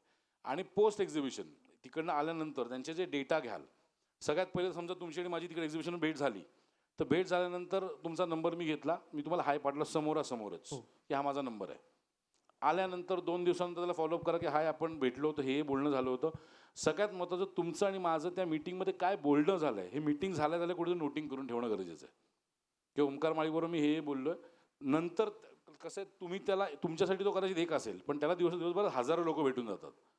त्याला लक्षात कसं राहणार? जमलं त्याच्यावर एक सेल्फी घ्या आणि सेल्फी घेऊन तुला पाठव की आपलं बोलणं झालं होतं, दिस इज हा मी आहे. आणि त्याला सांगा की सेल्फी घेताना की हा तुला पाठवलं, सुद्धा लक्षात राहील आपलं काय बोलणं झालं होतं. सो ती कनेक्टिव्हिटी क्रिएट करण्यासाठी ज्या सिस्टमच्या त्या हे करणं गरजेचं आहे. Done sir, done. Thank you sir. भेटू आवर्जून तिकडे. येस.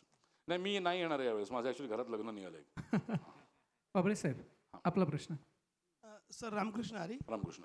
प्रथम तुम्हाला एकदम म्हणजे आमच्या शिवम परिवाराकडून एकदम तुम्ही जो सपोर्ट दाखवला शिवम परिवाराला, की मी तुमच्यासाठी कधी सदैव रेडी आहे, त्यासाठी मनापासून तुम्हाला सर सलाम. सपोर्टसाठी आम्हाला सर्वांना. माझा प्रश्न असा आहे सर, तुम्ही खूप यूट्यूबला असतात, अधूनमधून तुम्हीच म्हणतात की माझी जाहिरात खूप येते, आता तुम्हीच परत आठवण करून देता आम्हाला की माझी जाहिरात खूप येते म्हणून. तर मी असं म्हणेल की तुम्ही शेतकऱ्यांसाठी पण तुमचं शेती फोकस आहे त्याच्यामध्ये, तुमच्या ह्याच्यामध्ये. तर शेतीच्या पॉईंट ऑफ व्ह्यूने तुम्ही कधीतरी असं म्हणावं मोठ्या सेशनला, तुम्ही मोठे मोठे सेशन घेतात की बाबा जसा फॅमिली डॉक्टर असतो, फॅमिली ॲडव्होकेट म्हणूया, फॅमिली अजून कोणी म्हणूया, तर शेतकरी पण तुम्ही फॅमिली करा, असं एकदा आव्हान कधीतरी केलं तर ती एक नंबर विनंती येईल की तुम्ही फॅमिली शेतकरी पण बनवा, की बाबा मला तू चांगलं असं प्रोडक्ट दे म्हणून. म्हणजे लोकांना एक ती संस्कृती डेव्हलप होईल की माझा फॅमिली शेतकरी पण आहे की जो मला ऑर्गॅनिक देऊ शकेल. म्हणजे मी फॅमिली डॉक्टरकडे जातो मी माझ्या, तसं माझ्या फॅमिली शेतकऱ्याकडनं मला प्रॉपर खायला मिळेल. हा एक कन्सेप्ट कधीतरी सांगा अशी विनंती.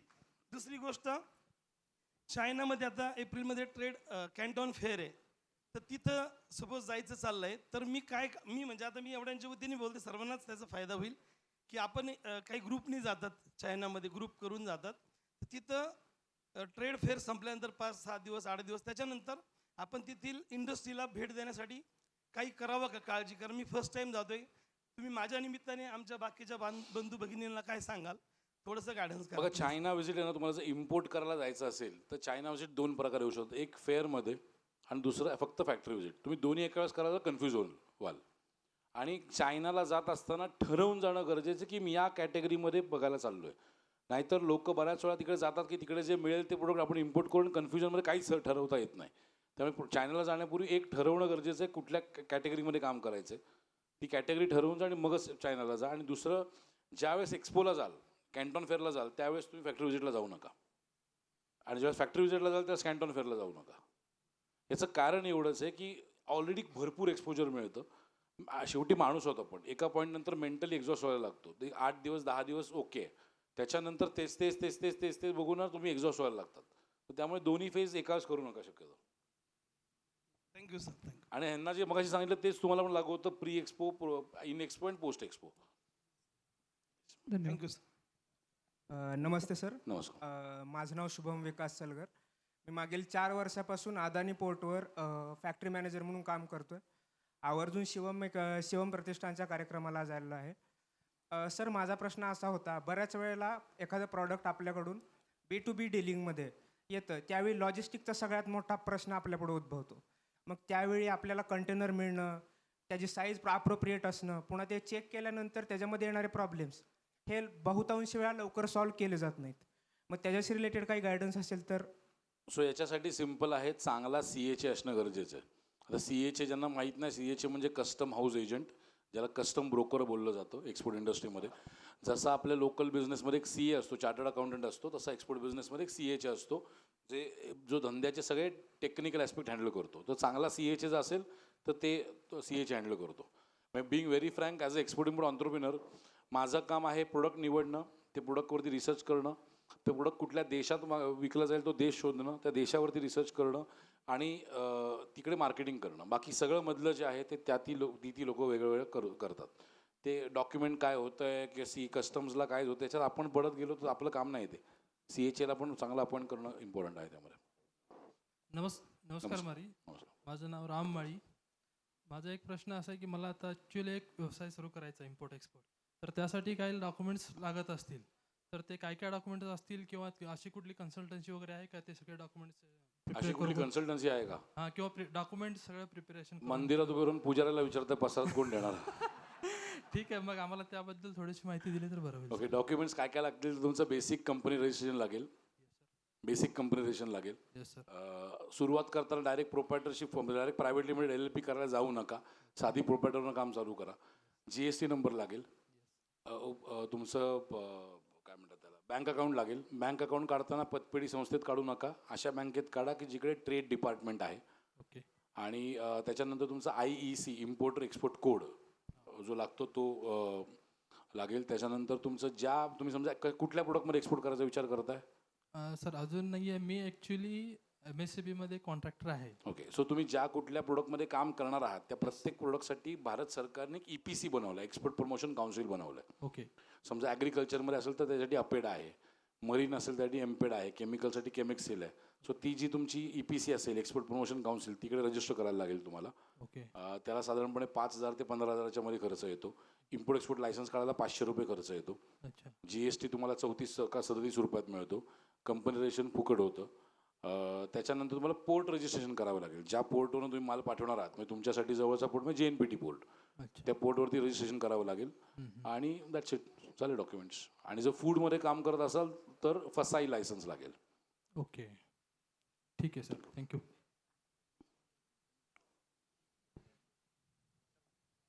सर नमस्कार. नमस्कार. माझा असा प्रश्न आहे की जे आता कृषी मालावर प्रक्रिया होते, तर त्यातलं जास्तीत जास्त माल भारतात विकतोय आणि काय काय शेतकऱ्यांचं मत असते की बाहेर विकावं माल, बाहेर त्यात पण जास्त पैसे मिळतात, पण त्यांना काय खूप अडचणी येतात. त्यासाठी तुम्ही जरा मार्गदर्शन करा प्लीज.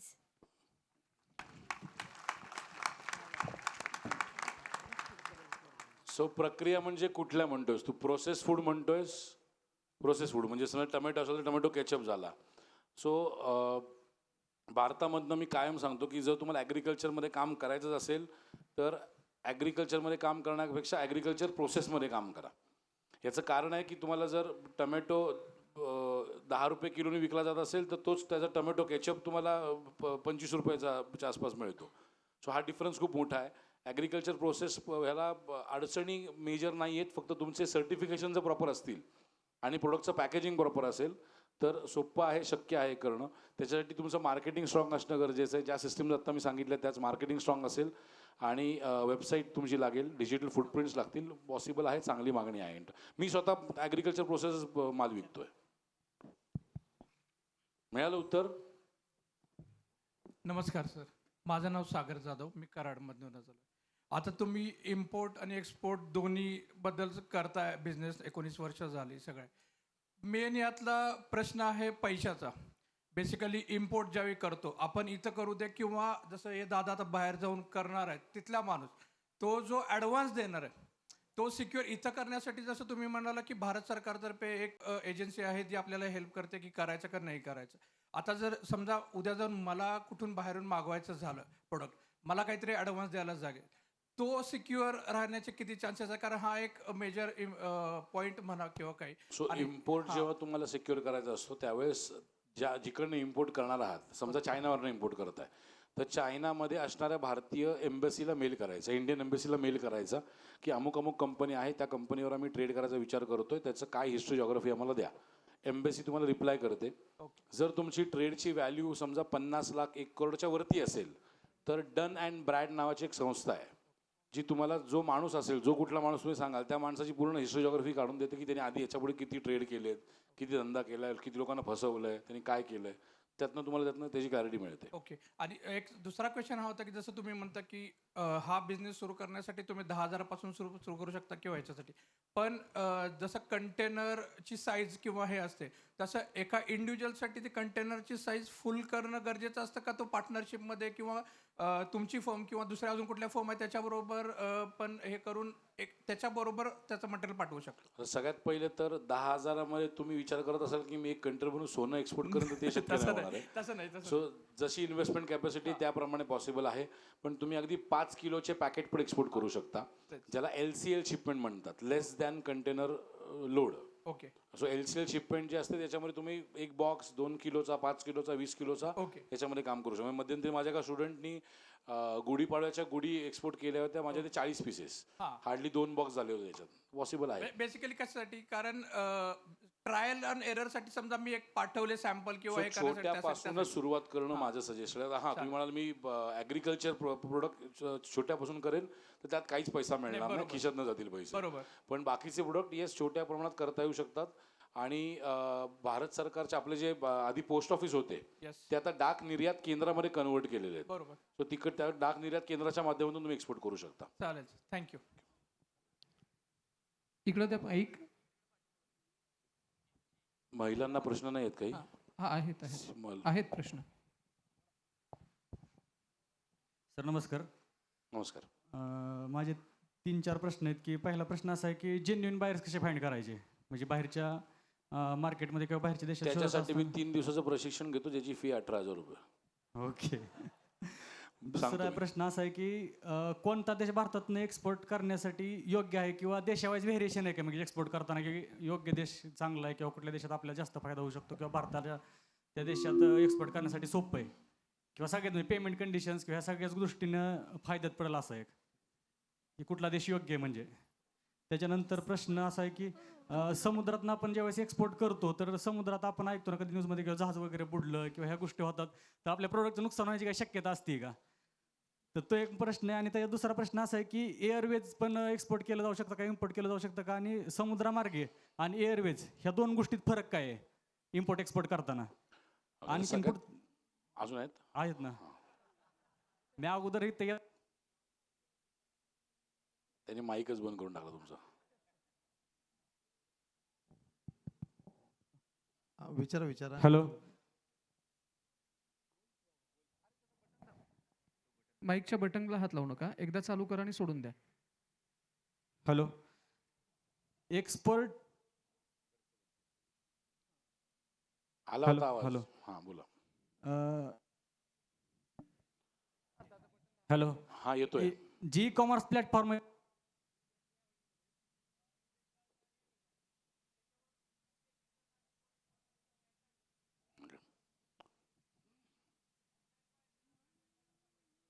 तुम्ही अख्खा कोर्सच आणताय माझ्या बाहेर.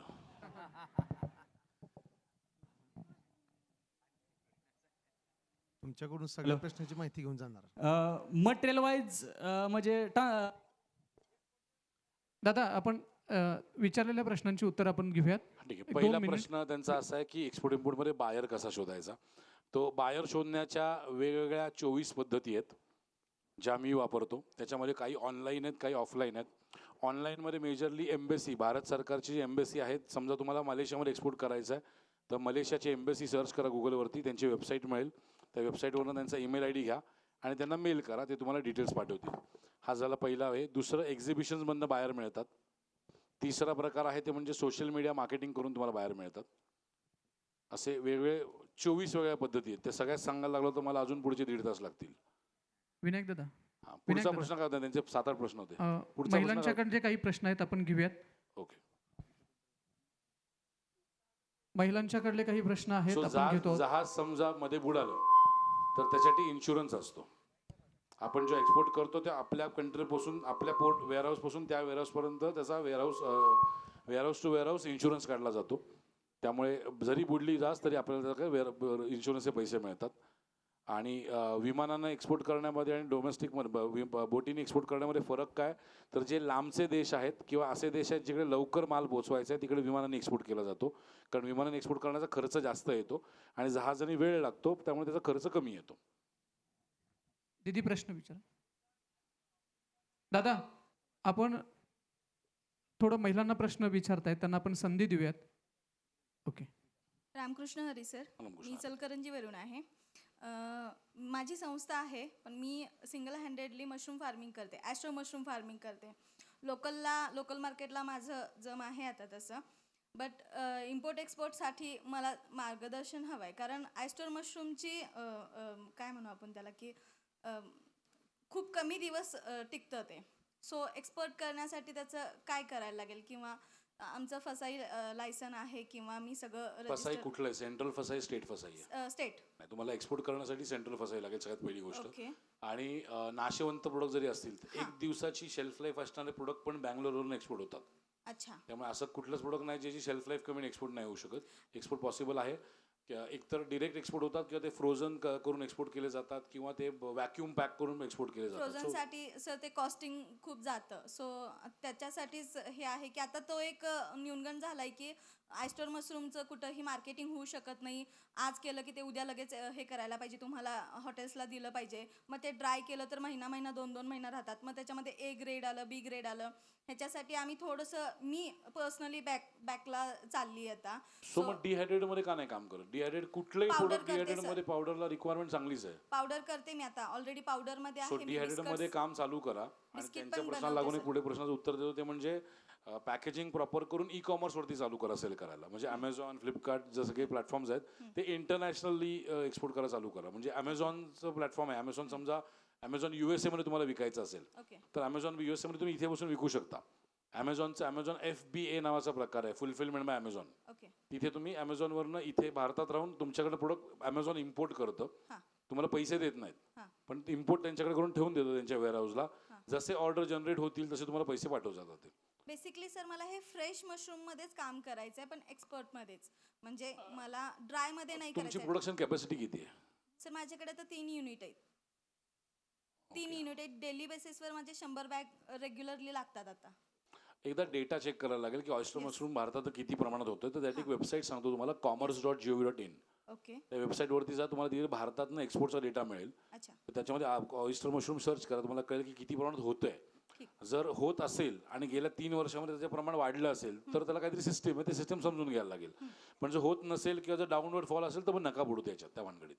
आता मग लोकलच करायचं का सर? मग आम्ही पुढचा विचार नाही करायचा. नाही का, तुम्ही डिहायड्रेट करून उतरा ना मार्केटमध्ये. ऑलरेडी आहे मी सर त्याच्यामध्ये. हा, मग डिहायड्रेट एक्सपोर्ट करा. फ्रेश मध्ये काय करता येईल? कारण पैसे कमवायचे की मशरूम विकायचे? दोन्ही करायचे सर. सो मग डिहायड्रेट मशरूम विकून पैसे कमवा. अच्छा. बट ह्याच्यात जर कुठेतरी एक तो ब्लॉकेज आपल्याला तोडायला लागतो. बऱ्याच वेळा असं असतं की लग्न करेन तर हिच्याशीच, पण ते कधीतरी बदलावं लागतं. अजून एक त्याचा चांगला उत्तम पर्याय आहे. सरांचा 3 दिवसाचा कोर्स, 18,000 रुपये फी आहे, आपण जॉईन होऊ शकतो. चालेल. यानंतर दीदींचा प्रश्न.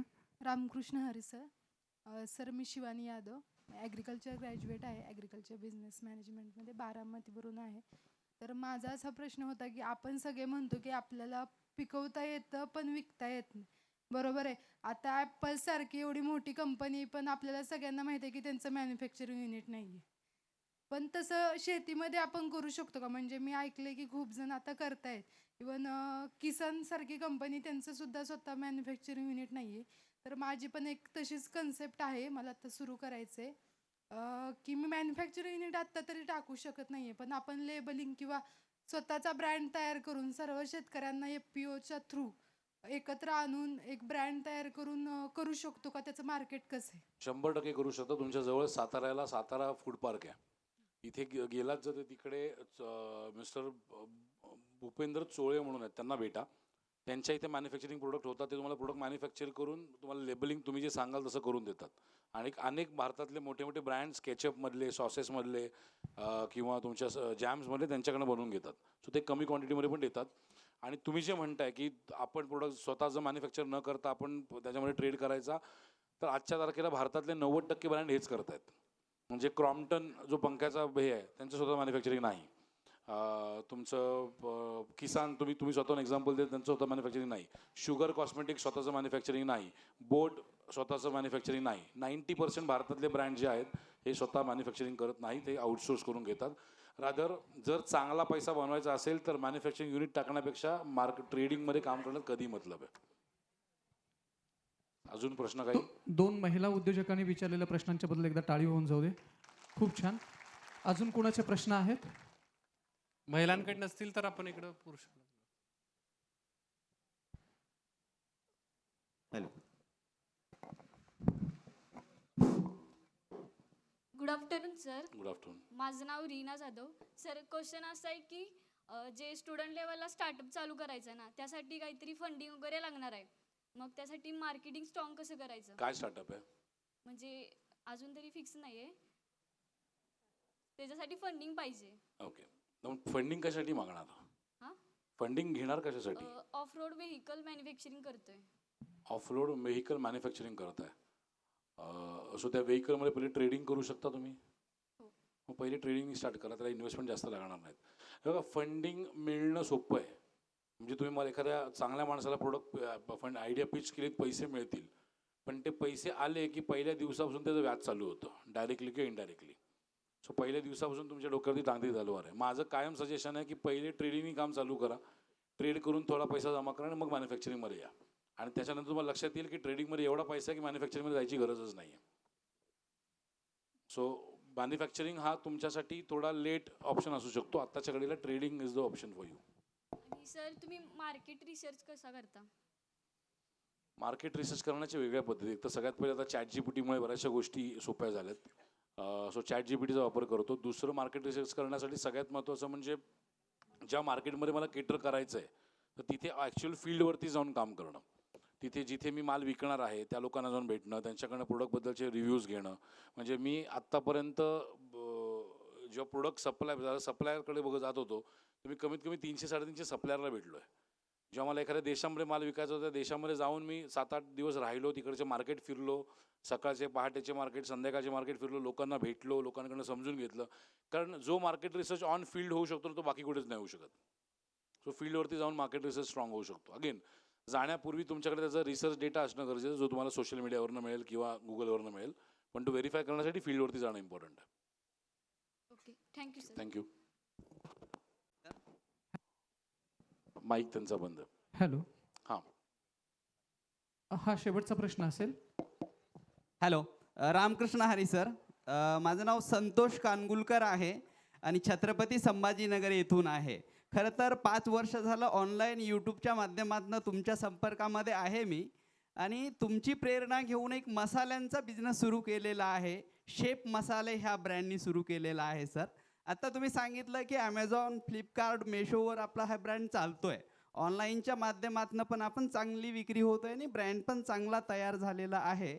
पण याला एक्सपोर्ट इम्पोर्टसाठी आणखी काय करावं लागेल सर? त्याच्याबद्दल थोडंसं मसाल्या संदर्भात आहे म्हणून विचारलं आहे. बघा, तुम्ही मसाले एक्सपोर्ट करा, कांदा एक्सपोर्ट करा किंवा गाढवा एक्सपोर्ट करा, प्रोसेस सगळ्याला सेमच आहे. प्रोसेस काही बदलत नाहीत. सो ज्या प्रोसेस आत्तापर्यंत सांगितले त्याच असतील, पण मसाल्याच्या बाबतीत तुमचे कुठले मसाले आहेत? ब्लेंडेड मसाले आहेत की अख्खे मसाले? हो सर, पारंपरिक पद्धतीनं पावडर फॉर्ममध्ये सगळे मसाले आहेत आणि विदाऊट केमिकल आणि विदाऊट प्रिझर्वेटिव्ह आहेत ओके, सर. तर त्याच्यामध्ये तुमचा बायर पर्सोना काय आहे? विकत घेणारी माणसं कोण? हा, विकत घेणारे सध्या तर घरगुती कस्टमर आणि हॉटेल्स वगैरे आहेत सर. नाही, पण मग तुमचे कुठले कम्युनिटी ओरिएंटेड मसाले आहेत? हो सर, मटन, चिकन, बिर्याणी आहे, पनीर ओके, आहे, म्हणजे सांबर आहे. इंडियन्स हा तुमचा Yes. टार्गेट ऑडियन्स असतो. Correct sir, correct. So Indians across world हा तुमचा टार्गेट मार्केट असू शकतो. Yes sir. त्या टार्गेट मार्केटला केटर करण्यासाठी तुम्हाला भारतीय सगळ्यात जास्त कुठे मिळतील ओके. याचा विचार करा. आपण थोडंसं रिव्हर्स वर्क तुम्हाला करायला सांगतो. सगळ्यात पहिले कोण घेणार, तो घेणारा माणूस कुठे मिळेल आणि त्याच्यापर्यंत कसं पोचायचं, या थोडंसं रिव्हर्स वर्क केलं तर कसं पोचायचं तर त्याच्यासाठी सिम्पल आहे. जिथे ती कम्युनिटी जास्त मिळते तिथे. सो जर तुम्ही मराठी मसाले तुमच्याकडे असतील तर जगभरातले जेवढ्या महाराष्ट्र मंडळ आहेत त्या महाराष्ट्र मंडळांना मेल करा, त्यांच्यावर कॉन्टॅक्ट करा. जर तुमच्याकडे साऊथ इंडियन मसाले असतील तर साऊथ इंडियन लोकांची वेगळी मंडळ आहेत, त्यांच्याकडे अप्रोच करा. त्याचबरोबर जे तिकडचे मार्ट्स आहेत, त्या देशामधले जे मार्ट आहेत, म्हणजे आपल्याकडे जसं डीमार्ट वगैरे जसे मार्ट आहेत ते प्रत्येक देशामध्ये आहेत, त्यांना अप्रोच करा. फक्त ते लोक तुमच्याकडनं घेत असताना ना क्रेडिटवरती माल घेतील. त्याच्यापेक्षा तुमचे जर दुसऱ्या देशांमधले कोणी ओळखीचे असतील लोक तर त्यांना ती बिझनेस अपॉर्च्युनिटी दे की तू माझा तिकडचा डिस्ट्रीब्युटर बन. ओके, 1-2 ठिकाणी प्रयत्न केलाय सर. अमेरिकेत वगैरे आपण पाठवलेले आहेत, तिकडनं रिस्पॉन्स चांगला आलेला आहे, पण ते थोड्या प्रमाणात आहे. 20 किलो 30 किलो असं आहे ठीक आहे ना, सर. सुरुवात 20 किलो पासून येस होते. Sir, yes. सो आता ज्यांनी तुमच्याकडनं ऑलरेडी घेतलेला आहे, सगळ्यात पहिले तर त्यांच्याकडनं एक रिव्ह्यूचा व्हिडिओ मागा. ओके. तो व्हिडिओ आता माझे पण तुम्ही ॲड्स अनेक बघितले असतील, त्या Yes, ॲडमध्ये yes. माझे व्हिडिओज तर दिसतात, त्याचबरोबर माझ्याकडनं ज्यांनी ट्रेनिंग घेतले त्यांचे व्हिडिओ दिसतात. टेस्टिमोनियल ॲड्स कधीही काम करतात कारण तो प्रूफ असतो.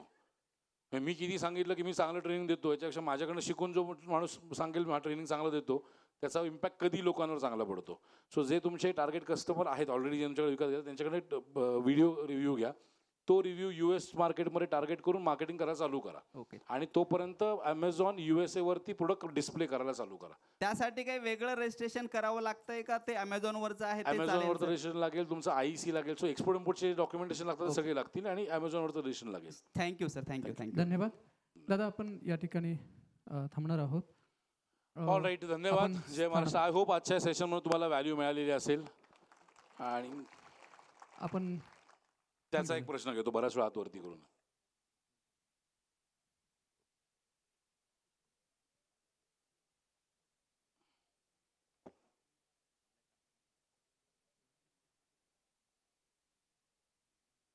रामकृष्ण हरी सर. रामकृष्ण. माझं नाव सूरज वर्मा आहे. मी आग्र्यातनं आहे. एक प्रोडक्ट आहे जी मला आहे ना नॅशनल लेवलमध्ये सप्लाय करायचं आहे. आमच्या इकडं आहे ना स्वीटमध्ये खायला गेला जातो पेठा. हा मला प्रोडक्ट आहे ना इंटरनॅशनल लेवलमध्ये इनबॉक्स करायचा आहे. ऑलरेडी होतोय, बरेच ब्रँड करत आहेत. हल्दीराम सारखे ब्रँड आहेत जे करत आहेत ऑलरेडी पेठा एक्सपोर्ट. एक मिनिट, त्यांचा प्रश्न. सो पेठा ऑलरेडी एक्सपोर्ट होतोय. अनेक ब्रँड्स आहेत आग्र्यामधले जे एक्सपोर्ट करत आहेत. तर सर मी पण करू शकतो ना? हो, हल्दीराम थोडी शिंग लागलेली आहेत. नमस्ते सर, मी राहुल साळुंके. माझा एक छोटा असा प्रश्न आहे की आपण जेवढं एक्सपोर्ट करू तेवढं परकीय चलन भारतात येईल आणि ₹1 इज इक्वल टू $, हे जे गुणोत्तर आहे तर हे सुधारण्यास मदत होईल का? आणि जर होणार असेल तर भारत सरकारने याच्यावरती कोणकोणत्या पॉलिसी राबवल्या पाहिजेत याबद्दल सर आपलं मार्गदर्शन पाहिजे. नाही, सरकारला पॉलिसी सांगण्यात मी मोठा नाही आहेत त्या पॉलिसी धड चालत नाहीत. ऑलरेडी सरकारच्या एक्सपोर्टसाठीच्या पॉलिसी खूप चांगल्या आहेत. कारण याचं कारण एवढंच आहे की लोकल टू ग्लोबल फक्त बोलून होणार नाही, त्यासाठी एक्सपोर्ट होणं गरजेचं आहे. आणि भारताचा GDP वाढवण्यासाठी एक्सपोर्ट्स करणं गरजेचं आहे. सो गव्हर्नमेंट एक्सपोर्टसाठी लोकल बिझनेसपेक्षा खूप जास्त प्रमाणात सपोर्ट करते. सो तो प्रोसेस ऑलरेडी आहे, सिस्टम्स ऑलरेडी आहेत. सर देशांचा प्रश्न तुम्ही सांगितला की देशांवाईज काय फरक आहे कंट्री वाईज एक्सपोर्ट करण्यामध्ये, कुठली कंट्री इंडियासाठी चांगली एक्सपोर्ट करण्यासाठी? काही फरक नाही पडत. तुम्हाला एका देशांपेक्षा तुम्हाला कोण माणूस विकत घेणार तेही महत्त्वाचं आहे. सो तिकडे विकत घेणारा देश नाही आहे, एक माणूस आहे त्या देशामधला. सो त्याची जी रिक्वायरमेंट आहे त्याप्रमाणे प्रोडक्ट ठेवतात. ऑल राईट चालेल. चला लास्ट प्रश्न दादा. आपण समारोप करतोय. ओके, समारोप करतोय आपण. डन. जाण्यापूर्वी मी एकच बोलेन स्पेशली युवकांसाठी आणि युवतींसाठी की हम भूख के पले बच्चे हैं, एक दिन आएगा सब कुछ खाएंगे, घर से निकले हैं तो इतिहास लिख कर जाएंगे. धन्यवाद. जय महाराष्ट्र, जय शिवराय.